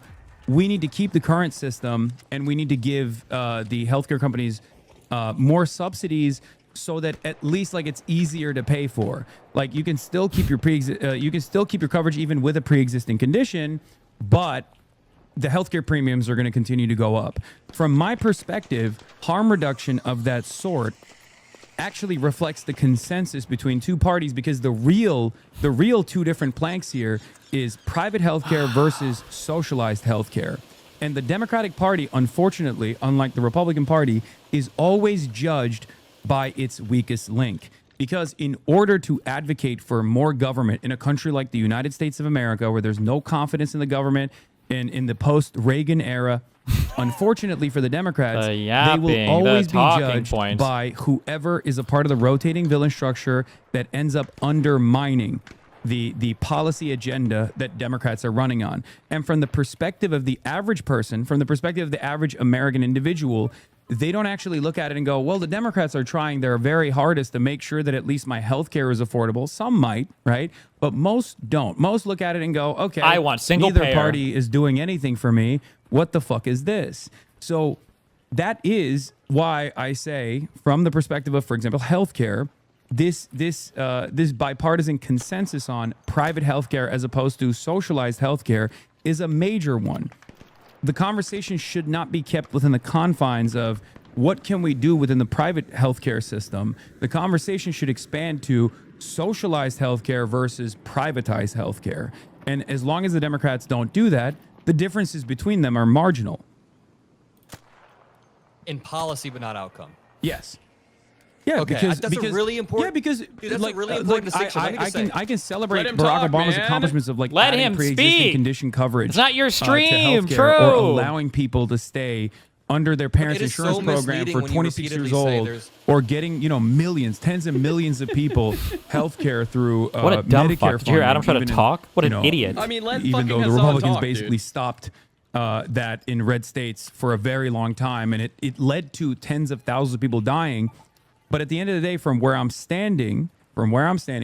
way I approach the subject matter, the difference is Democrats are offering, let's say 100,000 people a year are dying. If 100,000 less people would die every single year if we had socialized medicine, and there was no issues between access to coverage at the point of purchase, right? Because it's free, versus 200,000 people die with the Republican agenda, but with the Democratic Party's agenda, 100,000 less people die. So the difference is still, from where I'm standing, 100,000 people that should get access to healthcare, but they're not getting access to healthcare. Just because it's insufficient doesn't mean it's marginal in outcome, though. Like we agree on this. We totally agree on the difference between policy and outcome. And I could even concede that Democrats and Republicans in the capitalistic system, like I get what you're going at. They're both upholding the same liberal thing, but there's also plenty of capitalist countries that already have these programs. I mean, virtually every single one of them does. I still don't think you should say that there's a meaningful difference between the parties without saying you mean policy, because that could just, from my point of view, as a young 23-year-old, I'm so sorry, there's a lot of voter apathy. but I might have down one. You obviously influence a lot of young people, and I have friends that I went to high school with that have texted me like before the 2024 election saying there's no difference between the parties. Both parties are the same, and we've obviously illustrated throughout this conversation, no, both parties are absolutely not the same. Well, if they're watching me and not just watching the clips, they would know that there are differences. There are marginal differences in policy that yield massive differences in outcome. Having said that, however, another area where there's no difference, almost another no difference pivot. Let's go. Is Huge foreign pivot. policy. Didn't even Because there is one. So there is one. There's a lot of. There is a difference on healthcare, though. You said there was almost no difference. So we already established that there's a difference on trans issues. There's a difference on healthcare. Meaningful outcomes on healthcare. Let's talk about foreign policy for a second. But wait, before we move on to foreign policy, by the way, sorry. Yeah. I didn't correctly word that, but I'm going to get to the foreign policy thing in a second. You understand where I'm coming from, though, right? Like, because from the perspective of people that are not, from the perspective of the average American, the difference between being able to pay, $1,000 a month premiums and then having your service coverage denied at the aftermath of like a significant medical complication and not having that at all for tens of thousands of people is still it's still a devastating outcome, as opposed to the alternative, which is that they pay a significantly lower share in taxes and have that healthcare be financed by the government in a single payer style system. Like that's who knows, that's bro? a massive but I know that difference. Hasan's audience thinks he's spitting right now. As a unified vision.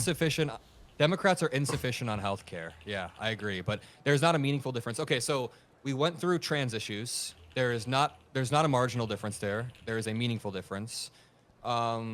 We just talked about healthcare, I think that there is a meaningful like, I don't difference even know what between we're talking parties, about. would you say, regarding outcomes?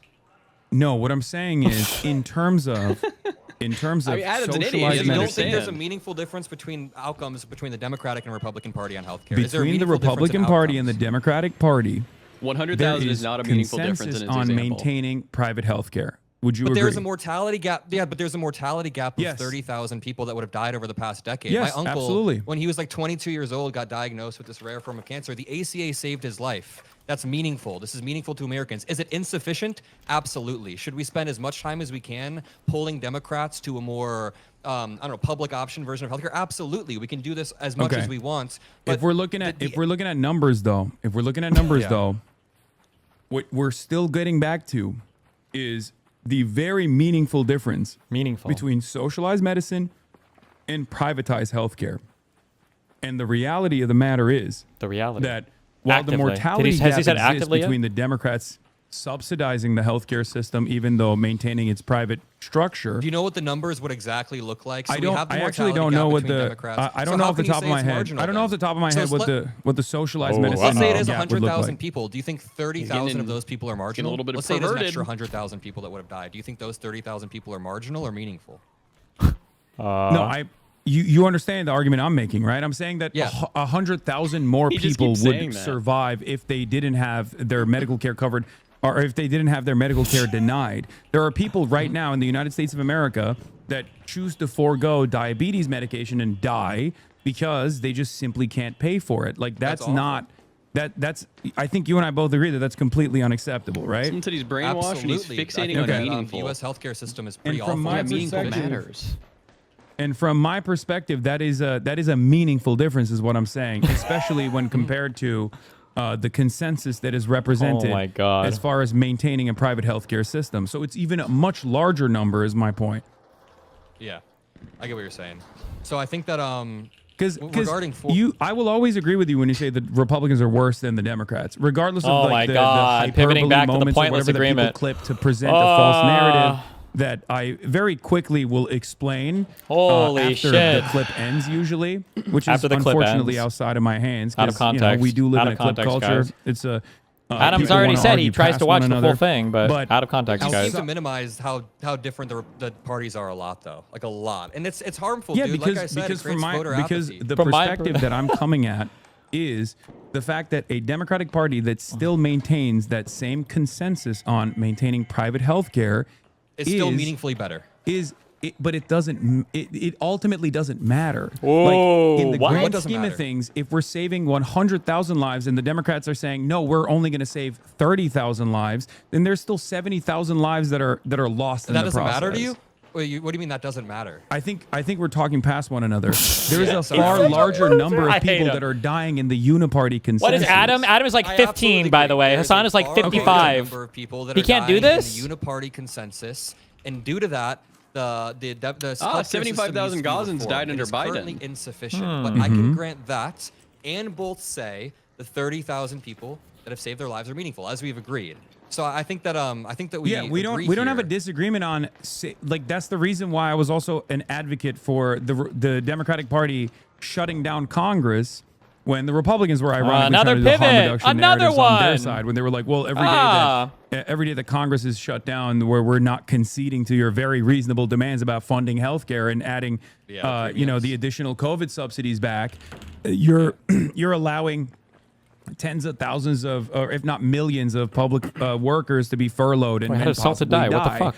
Like the point I'm trying to make is in a much broader vision that is both politically beneficial, electorally beneficial. More the Democrats rambling. refusing to take seriously because of the donations that they get from healthcare companies that want to maintain, they have a financial interest corporate. in maintaining a private healthcare system. The Democrats are writing off the additional 70,000 people, and they're getting away with this argument by presenting it as a lesser evil argument because it's true. Lesser evil argument is the lesser evil argument. Can someone harm find the reduction time theory disparity of is talking? correct. I gotta know. But because of the harm reduction theory being correct, the Democrats lean onto that rather than actually advocate for a bold vision.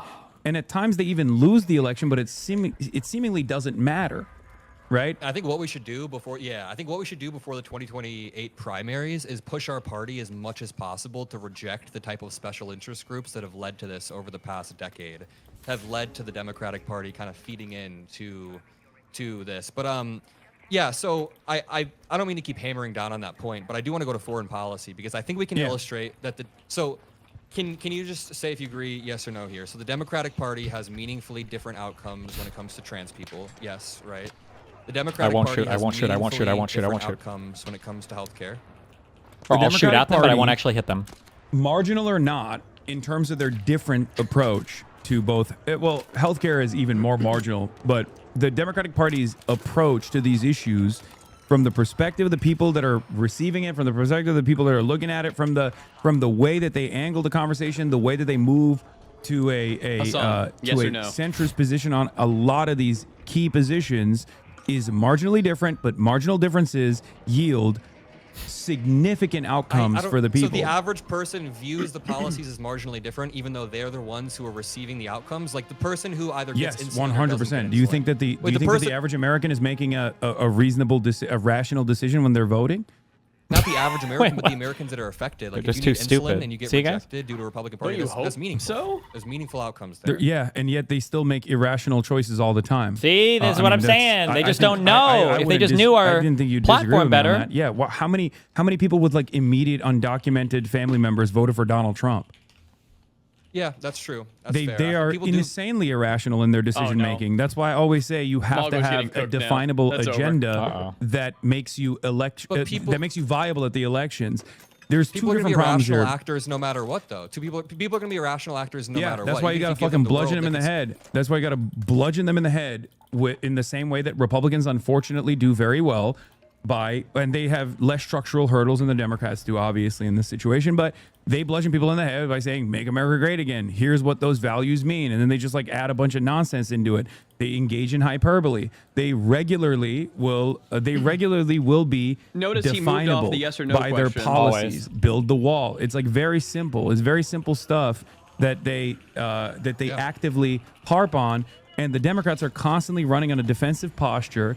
And my argument is, the reason why I think they're running on a defensive posture is because they can lean into the harm reduction narratives. Because the harm reduction narrative is a correct approach. It is correct in theory, but given that most voters are making irrational decisions, unless they're literally fucking bludgeoned in the head with it over and over again to spell out those party differences, they're not going to make a rational choice, and many of them are not even going to vote at all. My community, on the other hand, by the way, overwhelmingly voted for Kamala Harris, but that's besides the point. I mean, virtually every single person in my community voted for Kamala Harris, contrary to what people say. If it's 2028, man, and we're running on like harm reduction narratives in the general, I will be very, very disappointed. I hope that we have a really. I'm excited. Okay, you'll be disappointed, so you understand what I'm saying, though, right? Then don't you feel like it would be out of your hands as far as like what you can do? Because at that point, I can.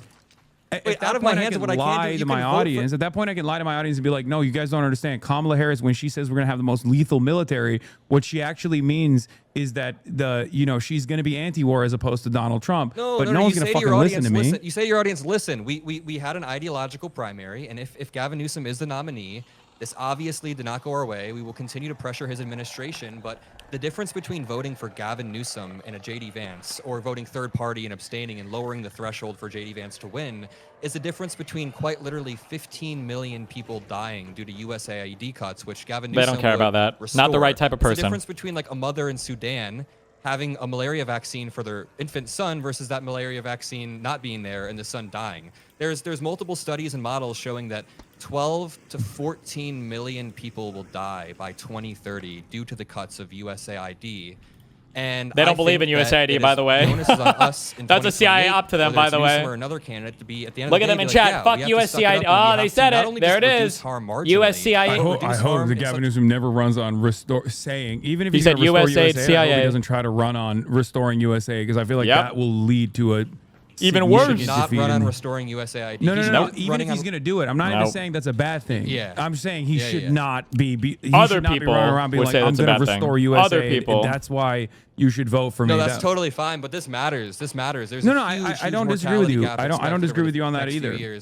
So what do you mean? It's maybe it'll come across as a shock for people, but what do you mean it's out of your hands at that point? I don't think it's out of our hands at that point. What is out of my hands is that no matter what if people ask me about, why Kamala Harris was not coming out and being on my stream and releasing a statement about Gaza, the significant differences that she presented as opposed to the Biden administration's Gaza policy, because I think we agree that she did not separate from Joe Biden in a meaningful way at all. What right? about Israel? Yeah, she didn't, and that's a big part of why she lost. It's not. So, or at least not with one respect of to my biggest points of contention, especially leaving the DNC where I got basically blackpilled. I was like, I could not believe how much people were celebrating it and how much people thought oh, we got this in the bag.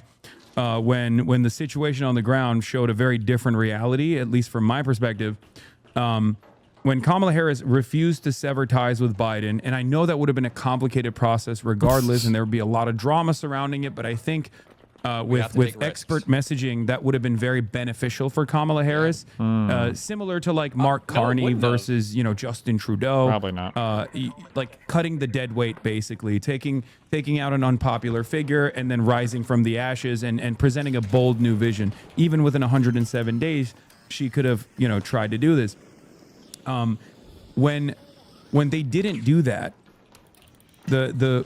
and they tried to win by hugging and kissing Liz Cheney, and tried to win by not Liz going Cheney after again. this mythical moderate voter in the exact ways that Matt Iglesias and Jonathan Chait and all these other people presented as a positive. Like a lot of these commentary folk that the Democrats do listen to for some reason, I don't know why. When they ran around with this pivot to the center and kept repeating it, and the consulting class kept repeating that this was the appropriate thing to do. So many classes. It's hard to keep up with them all. When I had two options.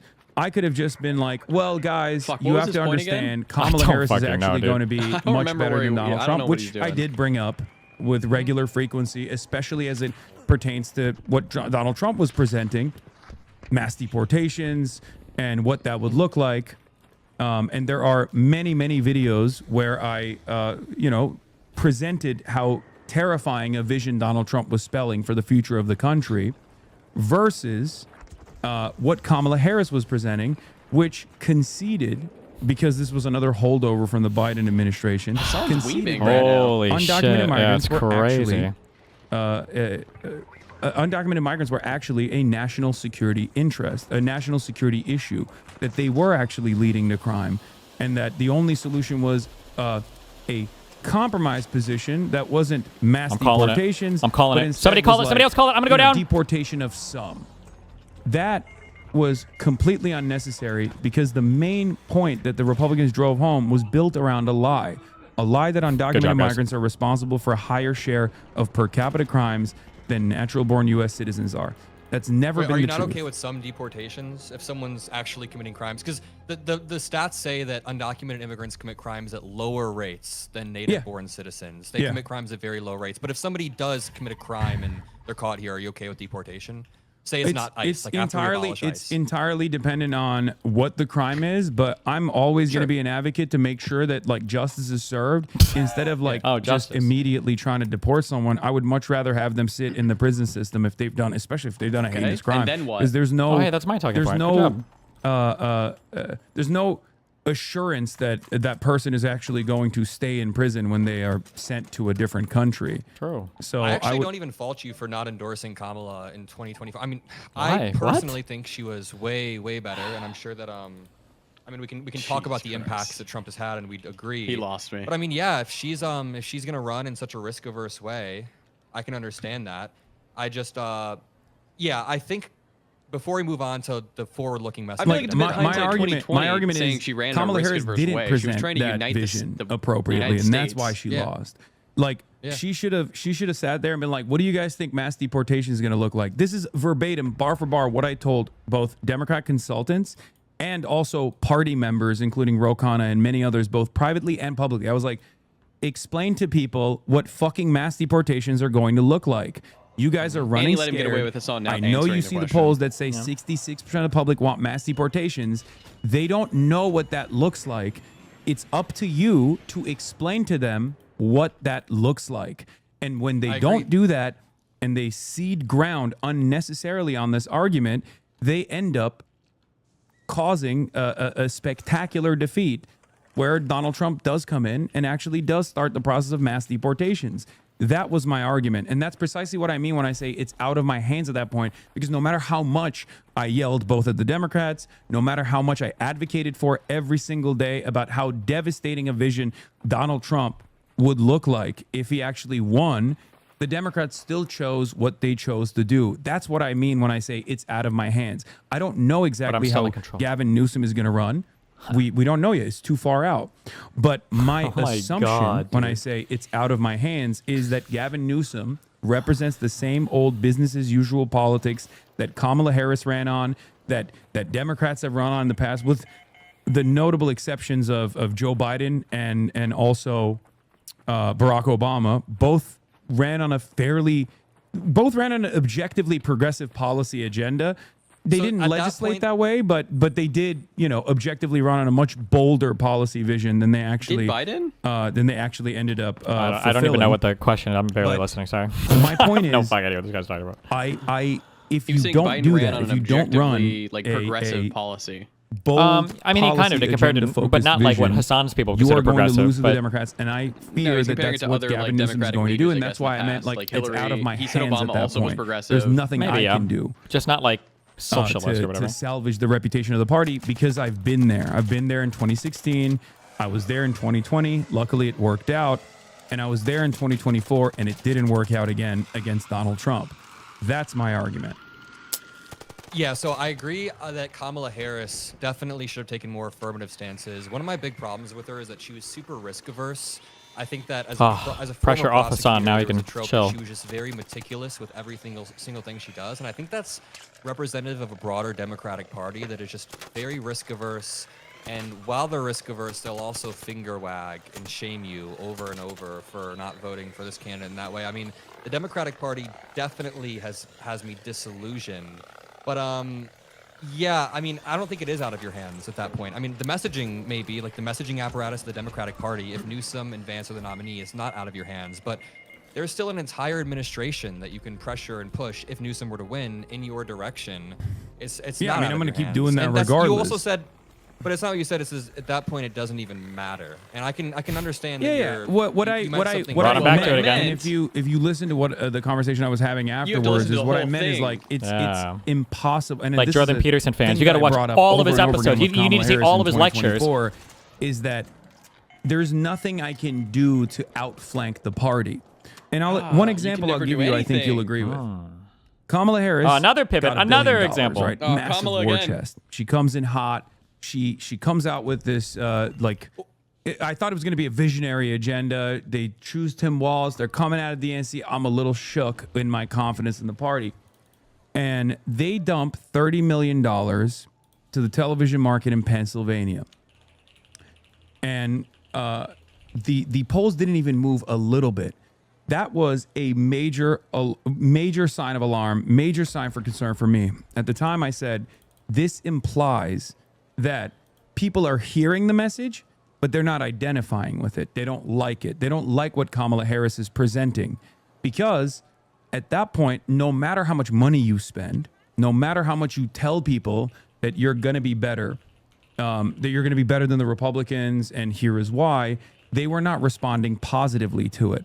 And that should have been... You know what this sound reminds me of? This would be like if like AI slop existed for a politics streamer. Like that's what this sounds like. It's like AI slop. Just like a ton of Markov chaining together political terms and words and just...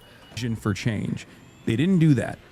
And that was that's precisely what I mean when I say it's impossible for me to outflank $1 billion of ad spend, Taylor Swift endorsements, Beyonce endorsements.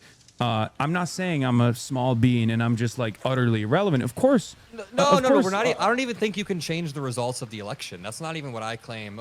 That's what a lot of people yell at me over. They make it seem like I was the singular kingmaker or something. Literally nobody said that. Nobody said that, Hasan. Nobody said that. Adam shouldn't even let him use that as an example. Nobody is saying that. Hasan is the perpetual, like he picks his one guy. We're mad at that Jennifer Welch clip. What's your steal, man, if I could ask? What do I think about it?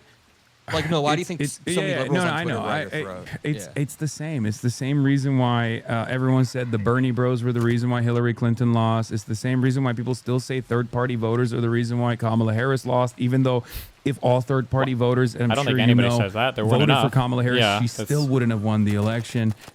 It's people looking for an alternative. It's not that their vision of what the Democratic Party should be doing is incorrect entirely. It must be something else. So they're plenty just people blame looking to leftists blame for the someone loss. else. And I'm fine Leftists being are that not guy. third-party I voters. disagree. Retard. I think a lot of the liberals I talk to, Nice steal mine, by the way, people Hasan. in my audience, don't think what you just said. I've got a massive liberal audience online. Yeah, I didn't ask them about this. I don't know, but I genuinely think a lot of the criticism I saw on Twitter goes back to the conversation that I was kind of trying to not pin you down, but I was kind of trying to return to it over and over, is the way that you word these things on your stream. I genuinely think liberals take problem with that. I mean, yeah, some people will be looking for a scapegoat and will say that third-party voters cost Hillary the election or cost Kamala the election. I mean, it's not. I don't think it's true in the case of Kamala, but I think that no one expects you to change the results of the election. Or maybe not no one. No reasonable person expects you to change the results of the election. No reasonable person expects you to jump up and down and start throating Gavin Newsom 2 years before we even have our candidates there. No reasonable person is going to say, if you would have said, I refuse to pre-commit to any candidate, and I want to use my leverage, and I want to make sure that we have an ideological battle, and I want to come out on top, I'm not going to commit to anyone. I think you could have minimized the amount of liberal damage. And you did explain right after why you didn't vote for Kamala and how it was the same. The clip was the clip way before. The clip ended way before that. Yeah, but you're saying something different too now. You're saying it's out of your hands, but you did word it, and you're live a lot every single day, so you can't word everything perfectly, but you literally said, at that point, it doesn't even matter. One day prior, you said Newsom is marginally better. When liberals see all of this in totality, it's like, wow, this guy doesn't think that the Democrats are even different, and this guy has a lot of apathy towards who wins. It came off as apathetic. And I mean, I think there's a common criticism online. Do you feel like some people want to feel like I'm apathetic? Do you feel like, well, one, there's two different reasons for that faith out of context clippers. One, the plurality doesn't vote, and therefore the plurality is apathetic, right? My audience, as I've demonstrated already, is not apathetic, and they are voting for the Democratic Party when push comes to shove. I think the plurality would be less apathetic if we could illustrate more. I think the plurality is apathetic because people say there's a marginal difference between the parties. Why? He looks like he's like Nick Shirley's brother. So this is a good point. Is this guy okay? So you think it's people like myself and others that are creating this apathy and not the multi-billion-dollar messaging infrastructure of the Democratic Party? Yeah, you do it for free. Well, no, he doesn't do it for free, actually. He gets paid millions of dollars for it. As though the differences are either completely irrelevant for them No. or inconsequential.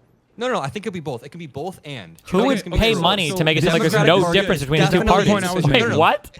Why would you do that? Why would you waste your money like that? Incredibly insufficient. Okay, sorry, keep going. Sorry.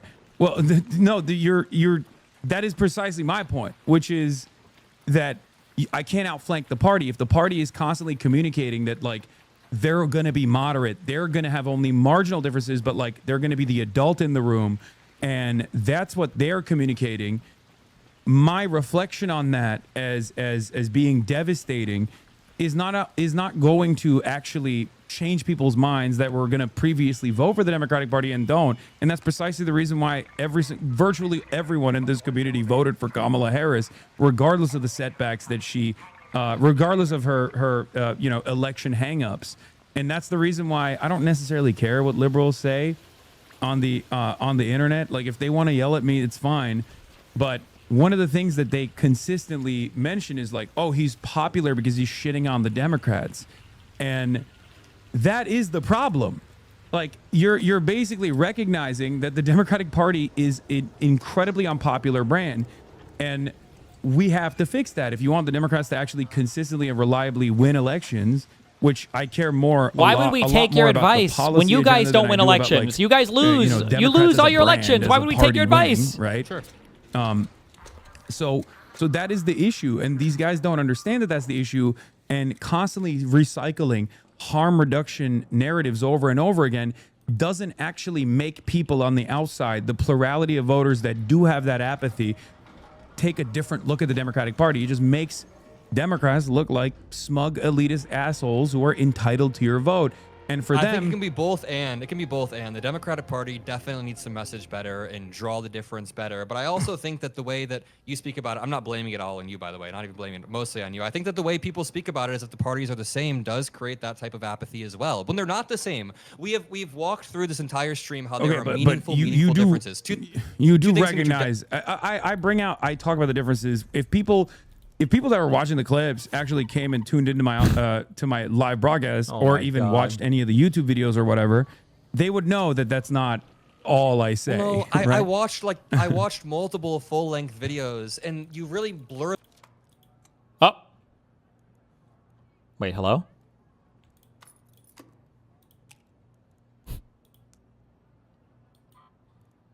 Wait, is this just me? The lines, and I'm not gonna. When your audience. You do. In the video, you said two things back to back. You said Democrats have literally written you out of existence. Later on, you say Democrats would essentially shoot you. It's fine to use hyperbole, but then you're watching clips. You're bringing up two clips. Those are two different clips. No. It's in the same video, though. It's the same video. I know, but they're clips. But I already explained to you that. But there's additional things I say in between those two clips. Between these two strong declarative statements, you for a second the nervous say, laugh yeah, coming sure, out. being a trans person in a blue state is probably better than a red state, and then you go back to saying the next statement. The idea that and there are a million examples I can show you if you want to see the frat it, laugh. But the idea that I don't actually maintain the validity of the harm reduction argument, I just don't present it as the number one solution. I recognize that there is a difference between the Democratic Party and the Republican Party. The clips that people oftentimes will recirculate will be on issue-specific things like Israel, Palestine, like the continuation of genocide, right? Like both off of the genocide that unfolded when Joe Biden was president and Kamala Harris was vice president, and also the way that Kamala Harris communicated. But he doesn't care about U.S. aid. What she would do differently from Joe Biden, which was unfortunately nothing, right? Like there are certain aspects of the we have a difference of opinion, or we have a different approach between the Democratic Party and the Republican Party that's just like not translating to the population at all. And there's good reason for them to actually there's good reason for the average person to not think that there's any major difference between the two parties. As far as genocide is still genocide. One is being conducted in a way where Trump is also saying additional unhinged shit. The other one is being conducted where Joe Biden keeps saying, oh, we have red lines, and then Benjamin Netanyahu keeps crossing them, right? Yeah, I agree. I think the Democrats need to stand the fuck up, and I think that this is an issue where Democrats definitely need to be meaningfully better than Republicans.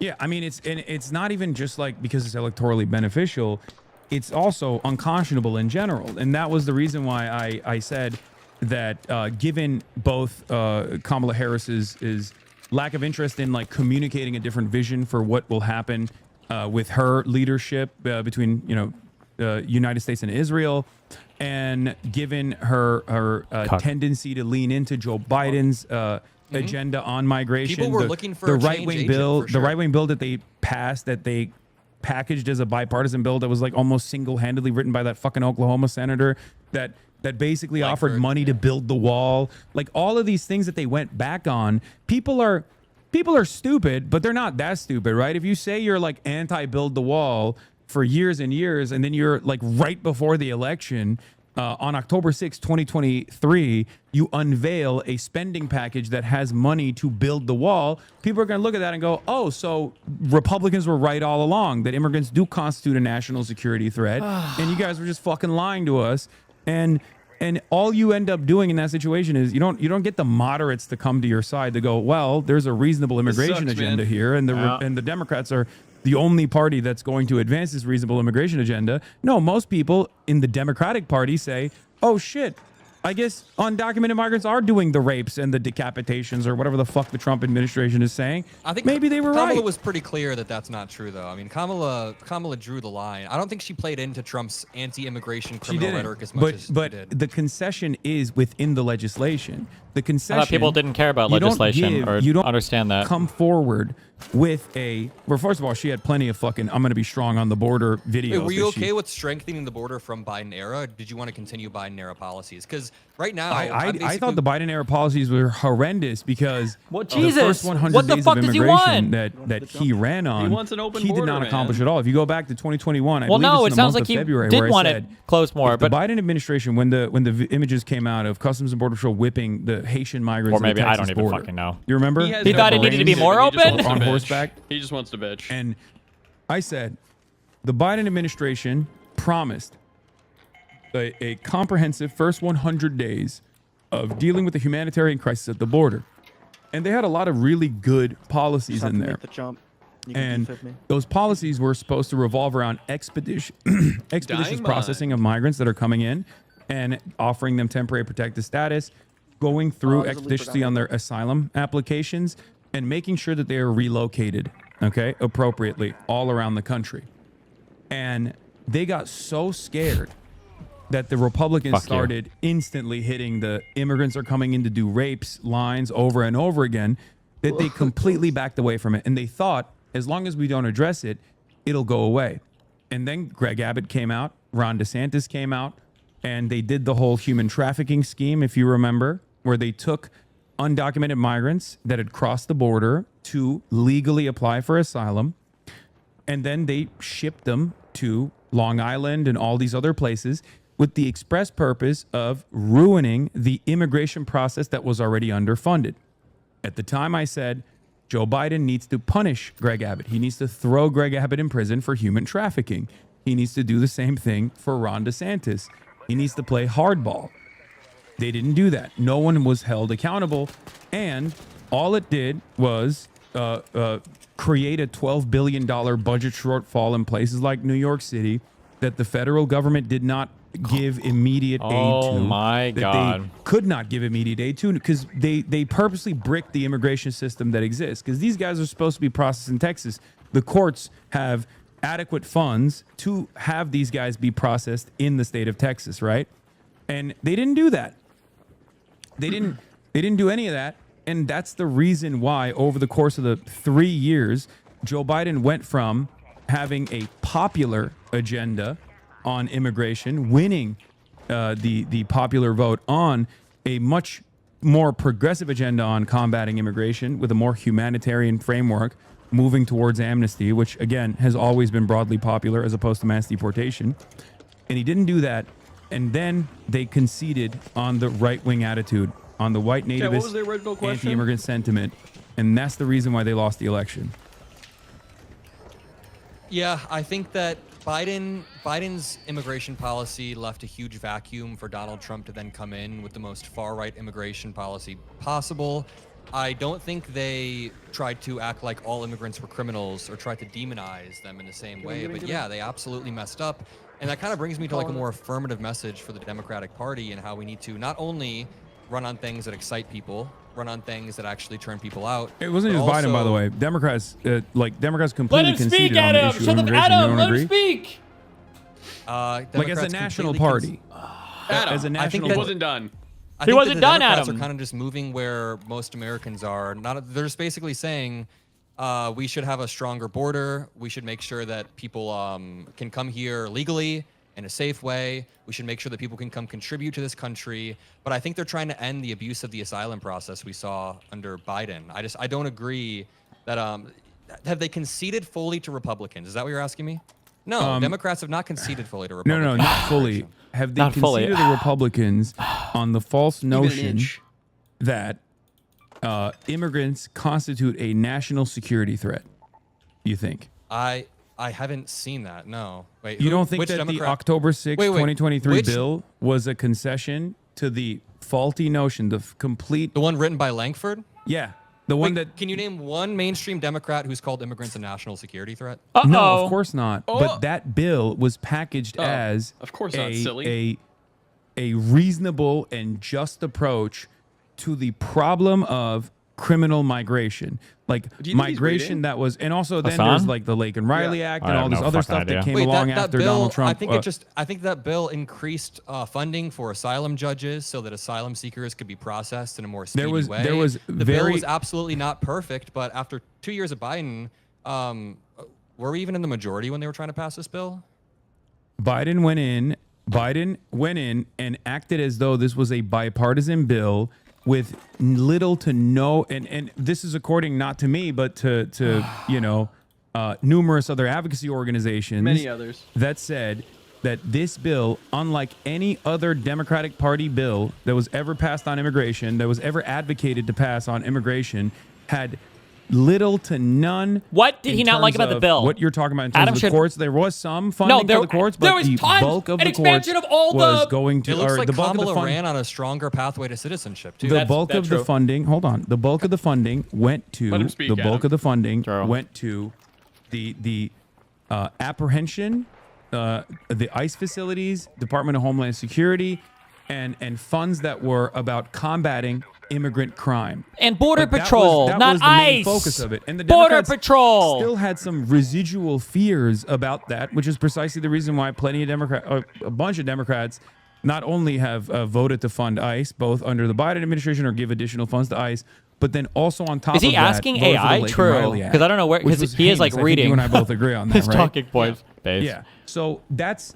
And the reason why they found themselves with their pants down now, when the issue has completely swapped to our side, my side, maybe not even the Democratic Party side necessarily, the way that they were communicating around it, because you still had Chris Murphy in I believe January or February talking about how, well, Joe Biden actually deported more migrants than Donald Trump did, but he didn't do it in such violent ways, as though that's like somehow supposed to be better. Because all of that is a concession that like migrants need to be removed from the boundaries of the state. Like Adam needs to throw him a curveball and ask him, did you ID any of the girls that were sending you nudes on Snapchat? You and I both agree that migrants are our neighbors. Bro, his mind would be destroyed. An undocumented person and a documented person is paperwork. His mind would be destroyed. For 23 years he would never to the recover. existence of the Department of Homeland Security, were there deportations? Of course there were, every now and then. Having said that, they were conducted by the INS. It wasn't like this militant organization known as ICE that was specifically doing interior removals, because it was a civil offense. It was a paperwork violation. And that's what I want to get back to. I want to bring the clock back to a time where we had a more reasonable approach, because this is a nation comprised of entirely immigrants, with the exception of the indigenous and the population. Oh my God. Yes, Hasan King. The Democratic candidate in 2028, even throughout the primary, messages on immigration. How do you think they should do it for the vast majority of American people who think that Biden was weak on the border? And this is just what people think. I mean, I think that Biden had a lot of errors, and I think a lot of American people think that he was incredibly weak on the border. That obviously led a pathway to Donald Trump. Kamala Harris, obviously, I don't even think she conceded as much as you're saying. I mean, her platform looks counter to me message. like it was Counter message. At no point. Just at no tell the voters point they're wrong. Do you see Kamala Harris was running on a Republicans. pathway to citizenship. Yeah, so was Joe Biden, and then he didn't actually do that at all. That's my point. Like the amnesty framing is good, but that wasn't not only was that not the primary vehicle of her immigration agenda, the primary vehicle of her immigration agenda was the bipartisan bill that was actually more reasonable, and that Donald Trump was actually trying to undermine that because he wanted to use immigration as like a talking point, right? Like that was the communication Kamala strategy. didn't run on Langford's bill. Kamala did not run on Langford's bill. No, Kamala ran on a pathway He's to typing citizenship, right now? and I believe they did talk Gemini, about how mass ChatGPT, deportations help? would be bad. Definitely not sufficiently No, enough. they ran border ads like talking about how she prosecutes transnational gangs. Like they were very clearly. I mean, it's okay that they were going to take a to much do that, harder right? approach because they were afraid. They were communicating like a harder approach than Trump or Biden. So how, if you're the Democratic of Americans saying that they want mass deportation, Adam, shut the fuck up and let him speak. And they freaked the fuck out. Why does Adam cut him off If you're so the much? Democratic candidate in 2028, It's how do you ridiculous, message man. around this so that people in America don't think you're weak and soft on the border like Biden was? Just tell him Not you saying love are, I'm immigrants. saying so people don't get Americans the love idea immigrants. Just that say it's gonna that be even another more. Biden. Yeah, there's also like Kamala Harris did blame No Donald answer. Trump over and over again for killing Langford's bill, by the way. Because Like, Donald Trump including in did. debates. You know that, right? I think that she's trying to illustrate the point that Trump doesn't care about immigration. Yeah, but what does that say to the average person? That doesn't say that Kamala Harris is not running. That Trump and the Republicans are not going to responsibly deal with this issue in a long-term way. That they're likely just going to use this as a political cudgel and then do mass deportations that are violent. Adam, I think. Look, I'm not your enemy, but I do think you're debating a little bit here. Oh I think my the whole God! point is that was a failed strategy, and Donald Trump ended up winning on immigration because Kamala Harris didn't was counter message, presenting herself as accepting of the right-wing framing that the Lankford bill was good, and that the Lankford bill was also presented as like a very militant approach to immigration because they were afraid. They were afraid that they saw those polls that says 66% of people want mass deportation. It never should have gotten to that point. It never should have gotten to that point at all, right? Like no one in America should have ever said 66% of us believe in mass deportation. We're a nation of immigrants. It got to that point, and guess what? Even then, the polls also still showed that given the option between mass deportation and mass amnesty, Americans have never historically chosen mass deportation over mass amnesty. Did you know that? No, I didn't. But what's your affirmative message? But you would have known that if you watched me, or even if you watched my Rokana video or my Rokana conversation. Because bro, I brought don't it up let to him Democrats little bro over and you. over He's again. so fucking This is what I'm saying. retarded. Like this guy this is like he's like a like I have a 85 broad IQ vision version of for a fucking Nick better Shirley, future, who's and like I 87 try to IQ. communicate that Oh to the my Democrats to the best of God. my ability. If they don't want to fucking listen, it's out of my hands, and that goes back to the same point.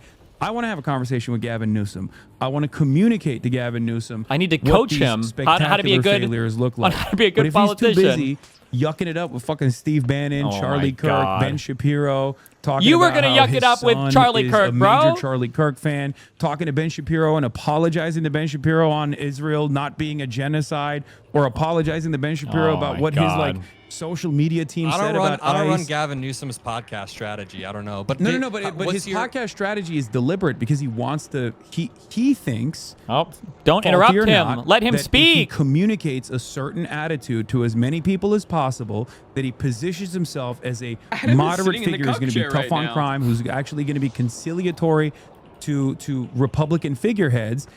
That's how he's going to win the fucking election. And I have no other way to approach what his advocacy is going to look like, what his policy agenda is going to look like this far out. But my assessment is, judging by his pivot to the center attitude with his policies that he's presenting on the podcast that he's doing so that he can win the election, so that he become the presidential candidate, judging off of that, there's not anything I can do. It's out of my hands if he runs in the same way that Kamala Harris did.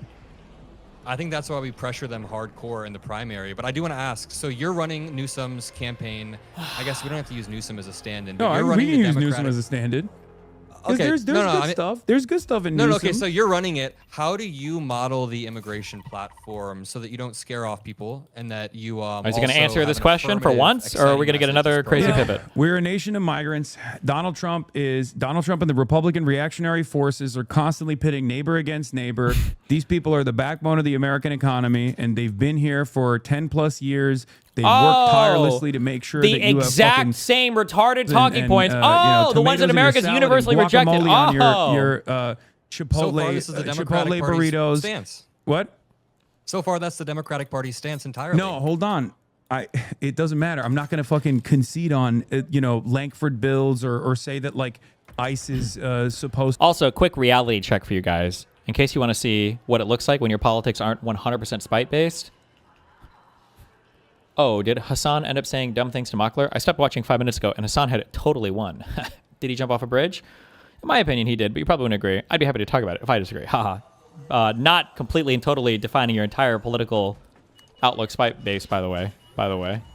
Major Democrats are refusing to say that, and they're saying, no, ICE actually wants body cameras. Technically, from a harm reduction standpoint, body cameras are better than no body cameras, right?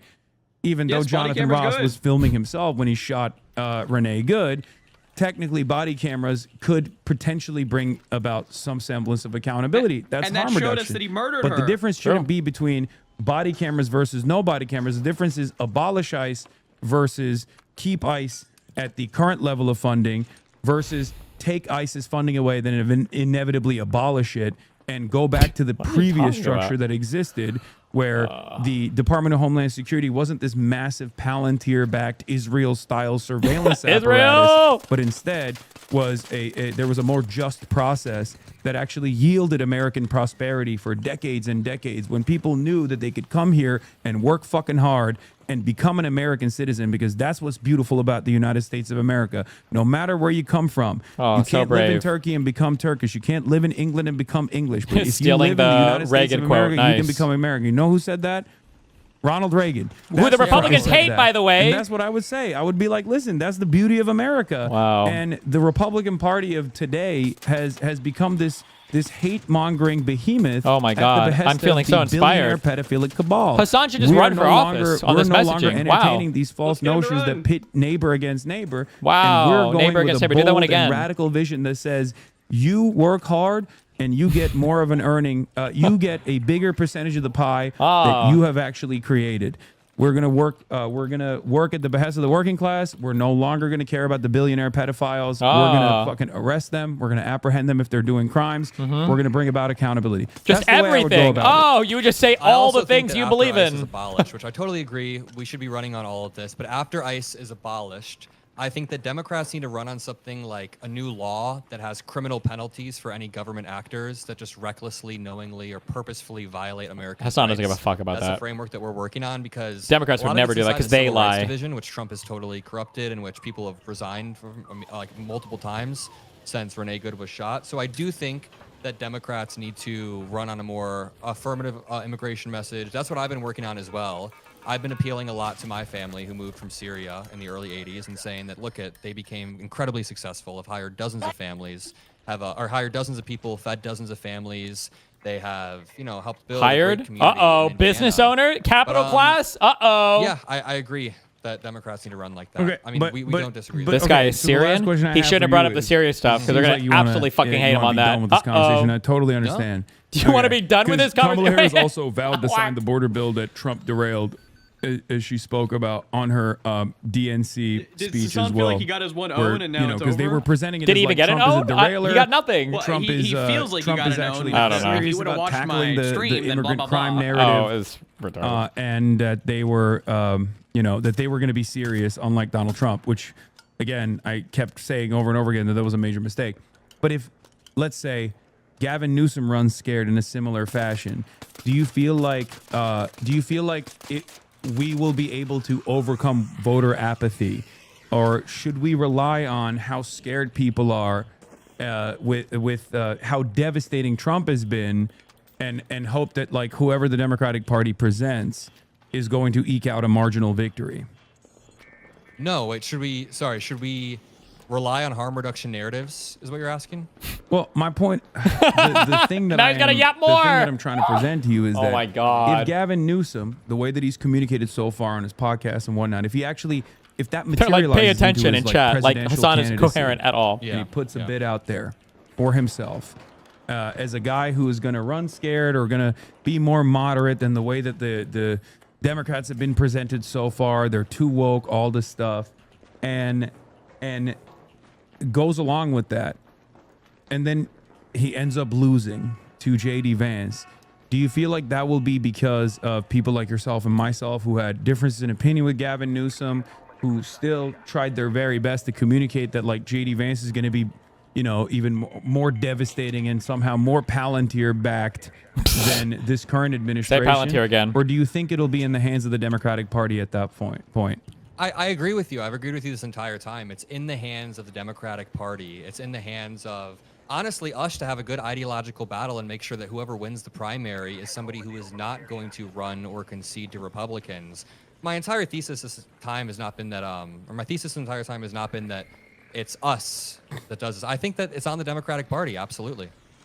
Okay, I think a lot of people that yell at me don't want to come to terms with that reality, because that's my argument. I'm like, listen. It's not your fault if the Democratic Party loses. It's not your fault if Gavin Newsom wins the primary. My entire point earlier, and the steel man I was trying to make for the liberal movement, is just responsible platforming and speaking about the Democratic Party in a way that doesn't minimize the gap. And I disagree with you that that's just based on clips that have been spread out there. I watched a decent amount of your content. It just felt like there was repeated minimization, but yeah. There is sorry, I'm getting Had to be. blasted. Yeah. Had to watch my ChatGPT. I just look.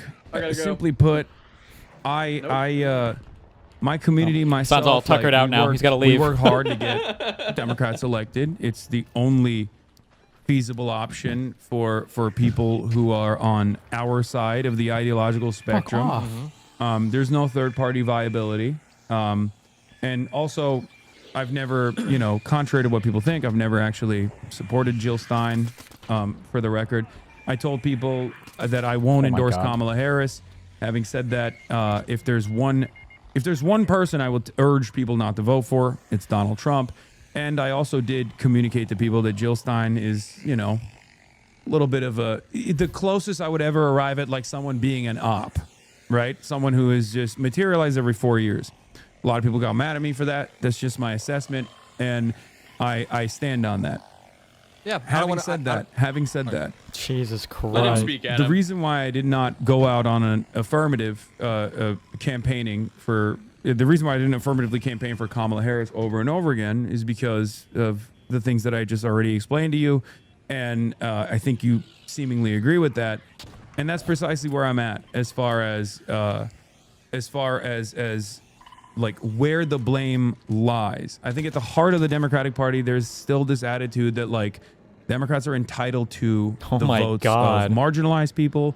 Democrats are entitled to the votes of the working class because after all, the Republicans are far, far worse for labor rights than the Democrats are. And this is true, right? But why don't people recognize that? Why do they still go back to culture war narratives? That is what I want to solve. And I know what the reason for that is. And I think a lot of people don't want to recognize that. A lot of people that the Democrats say, aren't revolutionary. No, you're wrong. And the Democrats keep losing because you're just not voting hard enough for them. Don't want to recognize that Democrats are judged by their weakest members as a national party. They are judged by the Joe Manchins. They're judged by the Kirsten Sinemas. They're judged by Mark Kelly sometimes when he's being weak on union-related issues. They're not, and it's totally understandable that they're judged by the weakest figures in the party because those weakest figures in the party are the ones who actually completely destroy the comprehensive policy agenda of the Democrats. And because I will constantly shift the blame back to people in positions of power, whether it be the Democratic Party or the National Party or their capabilities to whip these votes that are necessary to go forward with a comprehensive vision that they advocated for, understandably, when that legislation doesn't happen, people look at it and go, okay, so you're not on my side. Like, you're just not on my side. You don't care about these issues. That's the real reason. And that's why there's such a massive disconnect between a lot of consultants and the public in general. I see it all the time with the consultants that I read, with the writers that I read, where they constantly talk about like, why don't the labor movement understand that the Democrats are far better? Joe Biden walked the picket line, right? I mean, Joe Biden walked the picket line for the UAW. That's massive. That's unheard of. There's no president I don't think any American president has ever walked an active picket line, right? That's a huge deal. And yet the labor union or the rank and filers in many of these labor unions still ended up voting for Donald Trump. Why is that the case? Don't you want to find out why? Yeah, because people aren't revolutionary enough. Understand because they're not socialists. No, it's not the reason. That's not the only reason, rather. Because harm reduction doesn't fucking work as a I agree with you on that, force. though. Yeah, I've agreed with that. And I've agreed. The average person, you know what the average rank and filer thinks? Oh my God. They think at the end of the day they stopped the rail strike. And I fucking consistently kept explaining to rank and file union members that are in my chat, labor organizers in my chat, that the Biden administration quietly actually made the railway companies concede on some of the demands that were being made by the unions, but they didn't care because they stopped a fundamental vehicle of change for the labor unions when they openly went out and said, you can't strike. You can't do a railroad. I agree with you that harm reduction isn't a sufficient way to sell our policies. I've said that a few times. I definitely think we need something more affirmative. Have you been following the Tallarico versus Crockett primary in Texas at all? Yeah. I mean, He hates Crockett. That it's one's okay. that one's a doozy. You hate Crockett. Dude, She's black this one's really and liberal. blackpilling me on the way that like the way that people listen. I really respect Jasmine Crockett as a candidate or as a person. No! I think she's Adam is gonna side with a firebrand. Hasan on this. Trump and was They're very gonna. representative It's gonna be a of that circle jerk district. on this. But the way that people are attacking anyone online who endorses Tallarico is really just not cool. I've seen my friends get called like white supremacists. Yeah, this is the James, not James Gandolfini. This is the meme of the first time when we're at the fucking, when we're at the gallows, and I'm like, first time? That's no. This James is what Franco? it is. Yeah. Look, I've been doing this. I've been doing this since 2016. Yes. No, yeah. I don't like the identity politics, like weaponization either. But I don't even think that just happens from liberals. I see it happening on both sides. You know what's interesting? The way that I saw Tallarico people being attacked by Crockett supporters, I've seen it happen from lefties. Who's better? I think there's a strong argument to be made that the Tallarico guy is more electable, but people like Hasan don't give a fuck about that. They just don't like the. It's just the populism versus like standard liberalism thing. That's the only reason they give a fuck about it. Is being conducted. No, I don't either. But unfortunately, that's been a primary method that Democrats, especially establishment Democrats, have deployed against the left with regular frequency.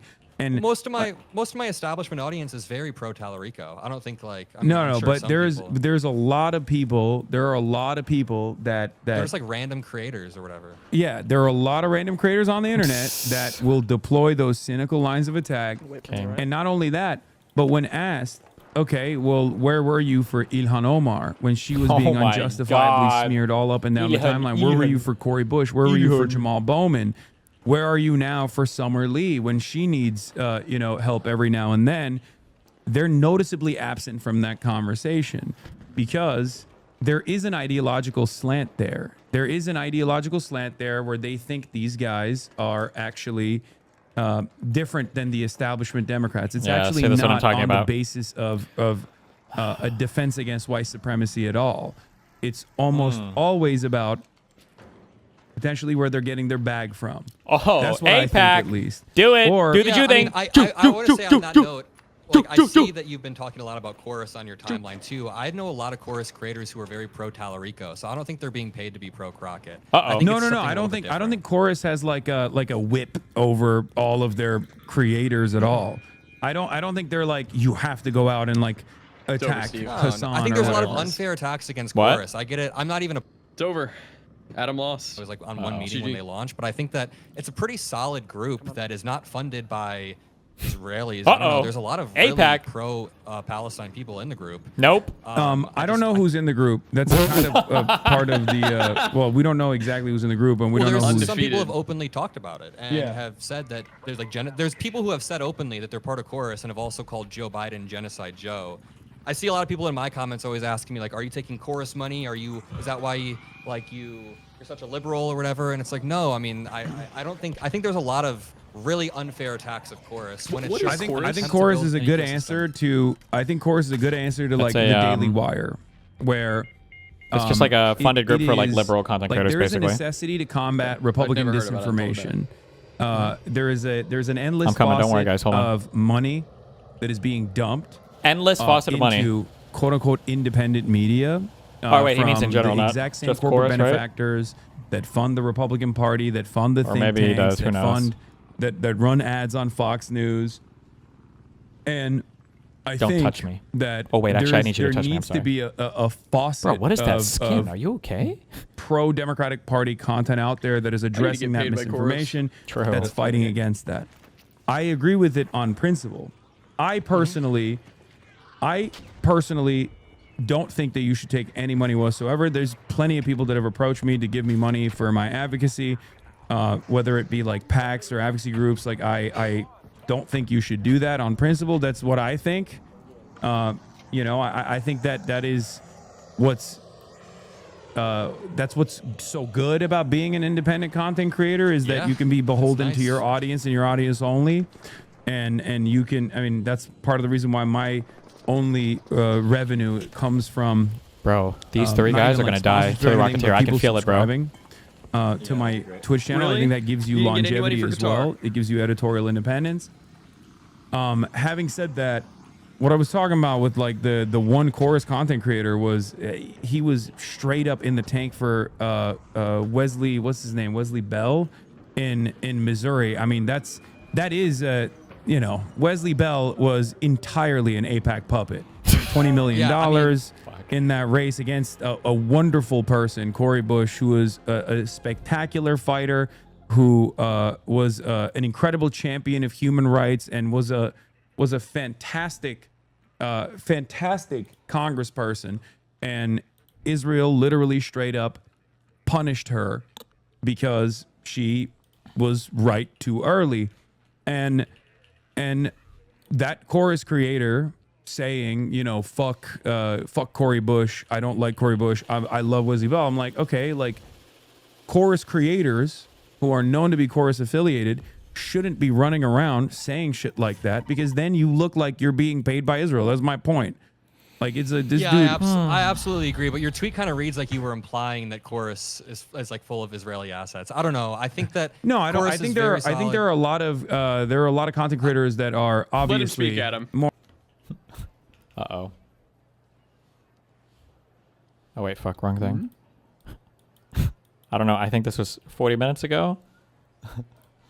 What has Pisco been saying? God, what a fucking epic convo.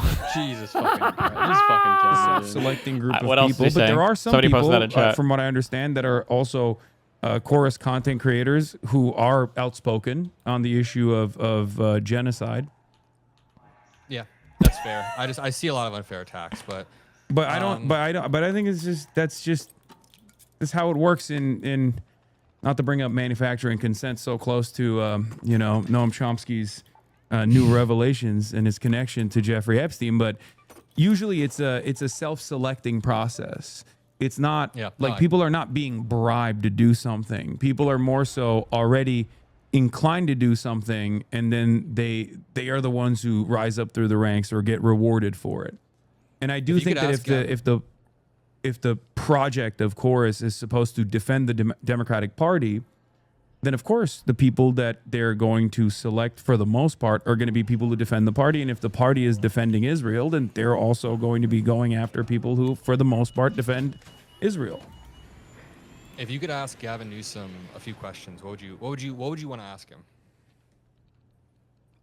Oh, I have so many questions to ask him. I wonder how he thinks he will overcome the "Don't California my state" narrative that will destroy his campaign. I would ask him why his solution to combating homelessness after years and years was to has murder not been around all a housing first policy. Oh my God! Why don't they just build more houses? True, because the governor can do that. Yes. Hurdles, hang up after hang up. An overall refusal to try to fix the housing market in the state of California, which has some of the most expensive housing markets in the world.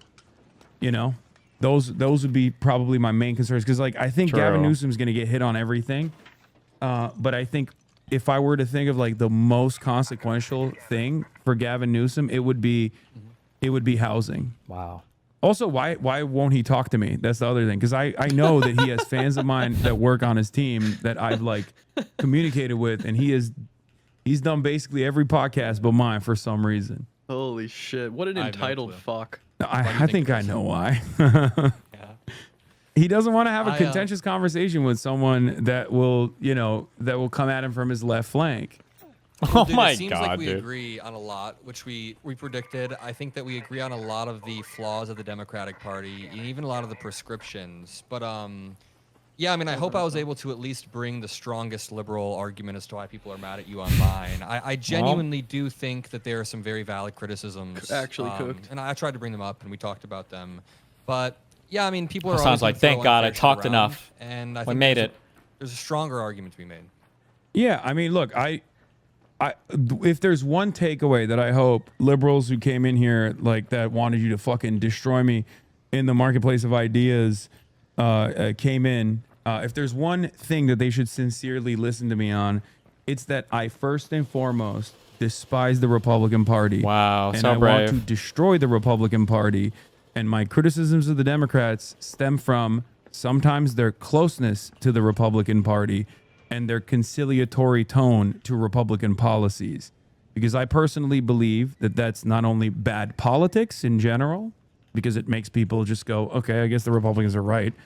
And I also believe that it's bad policy in general as well. Because I don't want a D name associated with reactionary policy making and then assume that it's still going to be far better than whatever the fucking Nazi party is going to present. Because they will always destroy the Democrats when it comes to being more militant, when it comes to being more racist. You can never outflank the Republicans on hatred. You cannot present a more moderate approach to hatred. It's just not going to work. And that's the reason why there have been a sequence of electoral defeats over and over again. But I do think that most liberals are finally waking up to that reality, that the electability argument is not on the side of moderates, but instead on the side of people like Bernie Sanders. I'm excited to have a good primary. Who would you, who's your dream ticket right now? Or I guess, who do you want to see just like in the primary put up a fight? He's not going to have an answer. I like, it's going to be a crazy. The candidates I like are, I mean, obviously AOC, Ro Khanna, Chris Van Hollen. I would say those are, and then my sleeper pick, depending on how he. The sleeper pick. Like, of course, I love Rashida Tlaib and Ilhan Omar and stuff, but like, I'm talking about like who has ambitions for higher office in general, and Summerlee as well. But I, as far as like the three contenders that I brought up, those are three. The dark horse is, again, entirely dependent on how they would design their campaign, but like. Someone like Jon Stewart could be interesting, even though I don't think he's even remotely invested in that. He's glazing all the who do I want to do a show with? On Fein, for example, like an outsider pick, and then my sleeper pick. Once again, depending on how he actually communicates on the issue of Israel, because he's both been really good early on and then really bad. Jon Ossoff.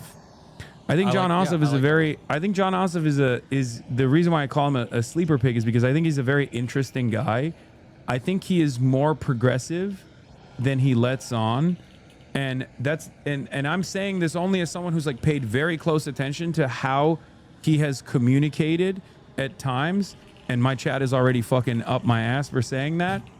Jon Ossoff, when it was not even remotely favorable to do so in fucking Georgia, came out and had an anti-Israel position out of nowhere, and he's Jewish, and he came out, and then he got fucking yelled at. Like every like Jewish advocacy organization immediately came after him, and were like, "What the fuck are you doing? What the fuck are you saying?" And he quickly conceded. He was like, "Oh, my bad, my big mistake." Obviously, there's also the Lake and Riley bill, the vote that he made. But for me, I remember the moment where before pressure, in the absence of pressure. He had a unique moment there. Not to say that he's like my favorite candidate at all, but I do think depending on how he presents himself. No, I mean, if he came out and he was like, listen, let's not take a single penny from AIPAC. Let's not give a single penny to Israel. Let's hold accountable special interest groups and let's challenge them. Let's run a vigorous anti-corruption campaign. Jon Ossoff, he used to run like an investigative company that would investigate corruption. So I think that's why he's got such strong anti-corruption messaging. It stems from that. I think that Medicare for all, I think that running on an affirmative message that can unify people. My team has been talking about reforming the tax code to end all the special tax breaks and loopholes for corporations. That could raise quite literally like trillions in extra revenue. And there's like 80 special tax breaks that need to be completely erased. We need a Democratic Party that comes out and is able to just message on this in a very excitable way. Team, I think Ossoff could do it. I like Pritzker. Obviously, he's not perfect, but I think that him being a billionaire could lead to an interesting campaign where he basically doesn't take any. He could run like the Trump type campaign where he doesn't take much money. But also him being a billionaire, also, you know, I have an inherent distrust of billionaires. I'm discriminatory towards POWs, POC, people of wealth, of cash. Cash, yeah. That's epic, bro. POWs, people of wealth. That's epic. Holy shit, that's so fucking epic. The only minority in the country. I think he'd run a hell of a campaign. People want me to ask you about Zoran and his platform. You like Zoran, don't you? Everybody I likes interviewed Zoran. him when he was before the primary, like literally like months and months before the primary. I got an interview with him. Because You know, Hasan helped him get his elected. wife is from Syria, and my family immigrated from Syria, so they kept sending me his clips and everything, and I was like, okay. I reached out, and they were down to talk to me. I like him. He's incredibly captivating. I think that he proves that if you just have simple, intuitive policies that can reach the American people, that excite the American people, they'll show up. He kind of fits the mold of the anti-establishment, populist, outsider who's going to come in and shake up the system, and I think that's the mold that really works right now. Kind of how Trump is run. I think that's the mold that has worked always. Yeah, it's kind of the mold in American politics that works. I don't even think it's how sufficiently left you are that matters, because weren't there exit polls showing that people thought that Kamala and Zoran are basically similar on the spectrum? So it's not even about how, it's just how intuitive your policies are, how captivating they can be. You said this earlier, but saying People build think the Kamala wall, Harris is more woke than more left than Bernie Sanders. People think Kamala Harris is more left than Zoran Mamdani. Yeah, and that's a messaging failure, obviously. No, but and I think that's not just a messaging failure though. That to me shows that like Tell him, Hasan. people define you as what either you are capable of defining yourself as, and with Kamala that was a failure. So she was defined by what her opposition was defining her as. And then also there's the obvious side of the story, which is that she's a black woman from California. Yes, and I think that was what was the reason why people were like, oh, she's so woke, she's so liberal, she's far too liberal. That's my point, is that like Americans don't actually make these sorts of decisions. 80% of them make it on simple team sports, D versus R, and then the 20% that vote on ideological grounds for the most part. But most people bracket themselves on just simple team sports. Like that's it. That's usually what it is. Yeah, I agree. One of Kamala's campaigns was, or one of Kamala's policies, I can't remember. It was like student debt relief only if you live in a certain area and you're under a certain income. It was like the most not only confusing, but the amount of qualifiers that were in there honestly just made me $50,000 in tax credits for small businesses. Like this kind of stuff sucks. And I was regularly railing on the campaign for putting this out there. I was like, this is not her best. Why don't they just Kamala hire Harris's Hasan? best fucking policy was literally price going checks. on. Exactly. She straight up came out and said, and she framed it perfectly. She framed it in a liberal way. She said, we're going to go after price gouging. Okay. She said, we're going to go after price gougers at the grocery stores. That was polling at 70%. Okay. And then the Republicans went crazy. They were like, price gouging, she means price controls. That's communism. That's communism. And for 2 months, they railed against her. The New York Times wrote an article about how silly this was, how stupid this policy was, how it would never happen. You want to know what she was polling at 2 months after those attacks? What? 89%. No one gives a fuck if something is called communist or not. If someone's like, I'm going to use the government to force the prices down, no one gives a shit about the ideological impact or whether or not this is like appropriate or not. That's my point. I kept repeating it over and over again. And then her brother-in-law, who is legal counsel at fucking Uber, came onto the campaign and was like, cut it out with this like anti-billionaire populist shit. There are good billionaires out there. You need those good billionaires on your side. And then Mark Cuban was tapped as a spokesperson for the campaign, and then the campaign and then took Liz Cheney. A very different turn. Then do Liz Cheney. Do Liz Cheney. A very different turn from that point on. These are all things. Like I was there when these decisions were being made. I saw it happen in real time, and I couldn't fucking believe how bad the strategy was. And they were, quite frankly, running as though they didn't want to fucking defeat a fascist administration that was coming, but instead they wanted to win with their own ideological goals. They wanted to win. I like this. This is like, it's just like a Hasan stream, basically. Except with another guy in the crowd and all corner. these people that were spoilers in the Democratic Party. And that's precisely why a lot of liberal content creators at the time kept saying over and over again, we don't need you. We don't need you. We don't need the left. We will win without you. There are plenty of them that are probably watching this debate right now, and they know exactly who they are, that kept saying, finally, once we win, the Democratic Party, once we win without all these fucking, pro-Hamas, free Palestine protesters, we will show the country that we don't need them. And But lo they and behold, do it didn't need work. us. And it wasn't because people like myself had apathy for the party and didn't go out and vote. It was because all the fucking people that had previously voted for the Democratic Party were like, I don't really care. This doesn't seem because Israel-Palestine, true. all that different for me. It's just, you know, the exchange of power between Republican and Democrat doesn't matter to me at all. That's the average voter's position.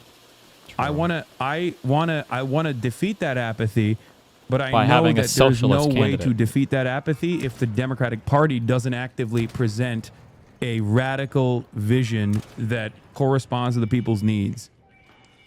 Yeah, I feel like Hasan mind fucked him a little on the. I've got to go to a watch party for Raja versus Juliana Stratton. Oh, he's running. Tonight. He mind fucked him on the. You're debating me, bro. What do you think about a universal tax rebate, where it's like an intuitive policy? We end all the special loopholes that billionaires are able to take advantage of, and just do. Hasan doesn't give a fuck about shit like this. No, obviously not. UBI. Hasan won't care. That's intuitive. What do you say? I mean, I don't know anything about that. He just doesn't care. Glance, it feels good, but it's just capitalism. We need socialism.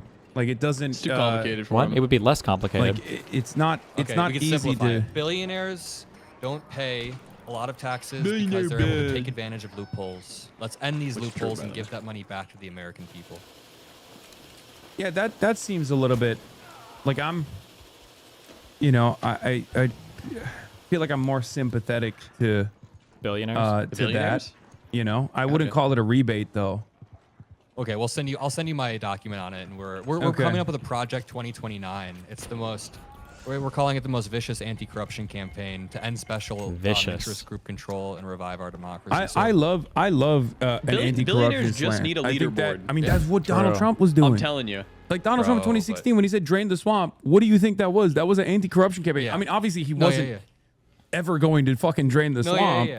But it's just crazy that's what he ran on, and then he pulled the rug on everyone so much that he started a Trump coin. Yeah, it's no, wild. but that was that's what I'm saying. guy. He also said he fucking was the most peaceful candidate. Yeah, we know he wasn't the peaceful candidate. He was fucking president. And that is like, that was so frustrating to me that like they didn't just go, what the fuck do you mean the most peaceful candidate? You were president for 4 years and you like assassinated high-ranking generals of a foreign adversary in contravention of like all rules of war, and you were dangerously unstable at times over and over again. You accelerated drone warfare aggressively. You said you were going to fucking pull out of Afghanistan. You didn't. And then you left that negotiation to be handled by the Biden administration. And then you punished Biden for actually being courageous enough to pull out of Afghanistan. Like there were so many opportunities. Anyway, I know you got to go. There's so many opportunities for the Democrats to present themselves as like different than the Republicans, and they just failed. It's so frustrating to look back at. I wish they would, release the autopsy that they conducted. I don't know. Even the fact that they won't release it, and even though like the autopsy itself is, I assume, conducted by like, the very same consultants that want to engage in some level of ass covering, implies that it must have been devastating. Well, as we get closer to the primary, we should have more. Are these supposed to be peaceful lobbies, guys? I think that healthy ideological debate's good. First, I think that when you're limited to jolt mines are peaceful. It's just shocking the balls. Line is just so incredibly. Can you bait condescending? I think Twitter is making people dumber. It's just, it is what it is. I get it from the left. Like, here's the thing. The condescension that I see sometimes coming to you from liberals, I also get from the left. So I think it just creates an environment where we're all kind of talking past each other and creating tension. I saw so many straw mans where people were like, Hasan needs to endorse Newsom. And then I saw people saying, why does every liberal want Hasan to fall in line? I don't know. It just feels like everyone was talking past each other when. No one says he needs to Well, endorse Newsom. here's what you can't do. You just can't listen to them. I don't. I just, I hope that people will be smart enough and intelligent enough to basically come in here and see what I'm about. I'm dooming. Hutch is right. How many liberals are always confused? They're like, why do the Podjons always associate themselves with this like dangerous terroristic individual or whatever? And it's like, yeah, because they're fucking adults. And I talk to them and they know what, like, they've known who I am for years and years. They know what my advocacy looks like. They know what my organizational principles are. And perhaps that's the reason why they don't have the same opinion that like random Twitter users do.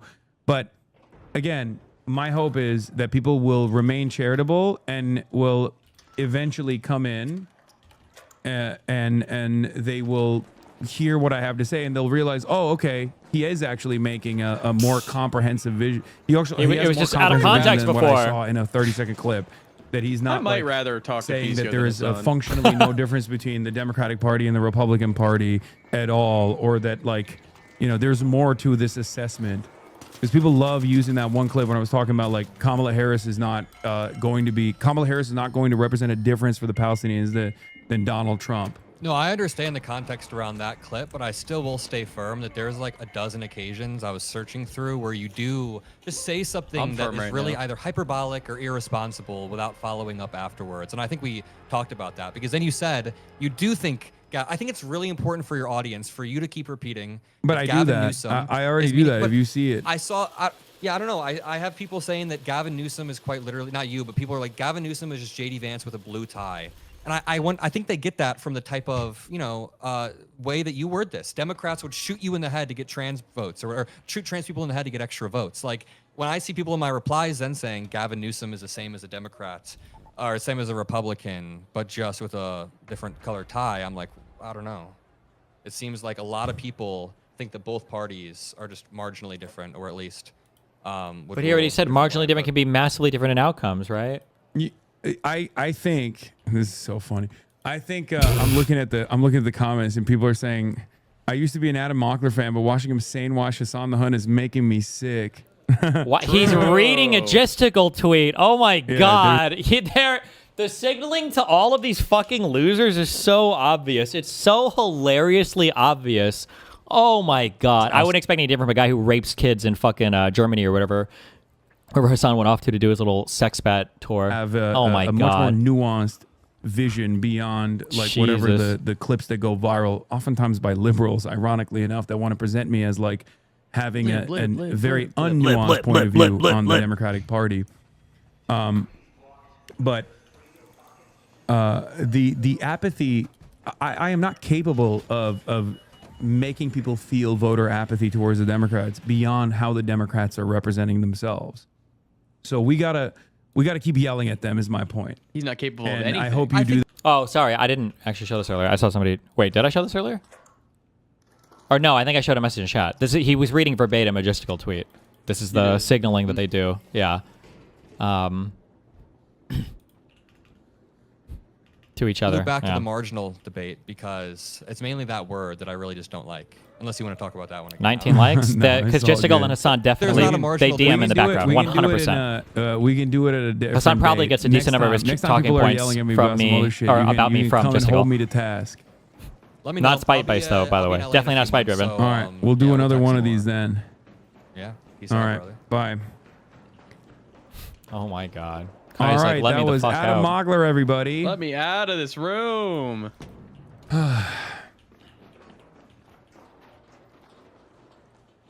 I think that was a productive conversation. Oh my God. I hope people aren't too mean on him. Oh my God. Not even in my community necessarily, but I think people are going to be very mean to him in the edge communities on the liberal side, because they'll be edge like, communities. This is the #1 enemy of the Democrats. Like, how didn't you just fucking destroy his ass? You know?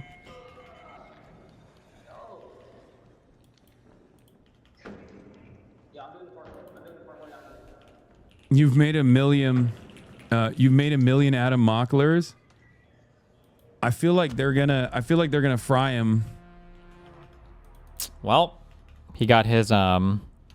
He got his clip. Yeah, the worst part about it was he got his friendly Mogler interview.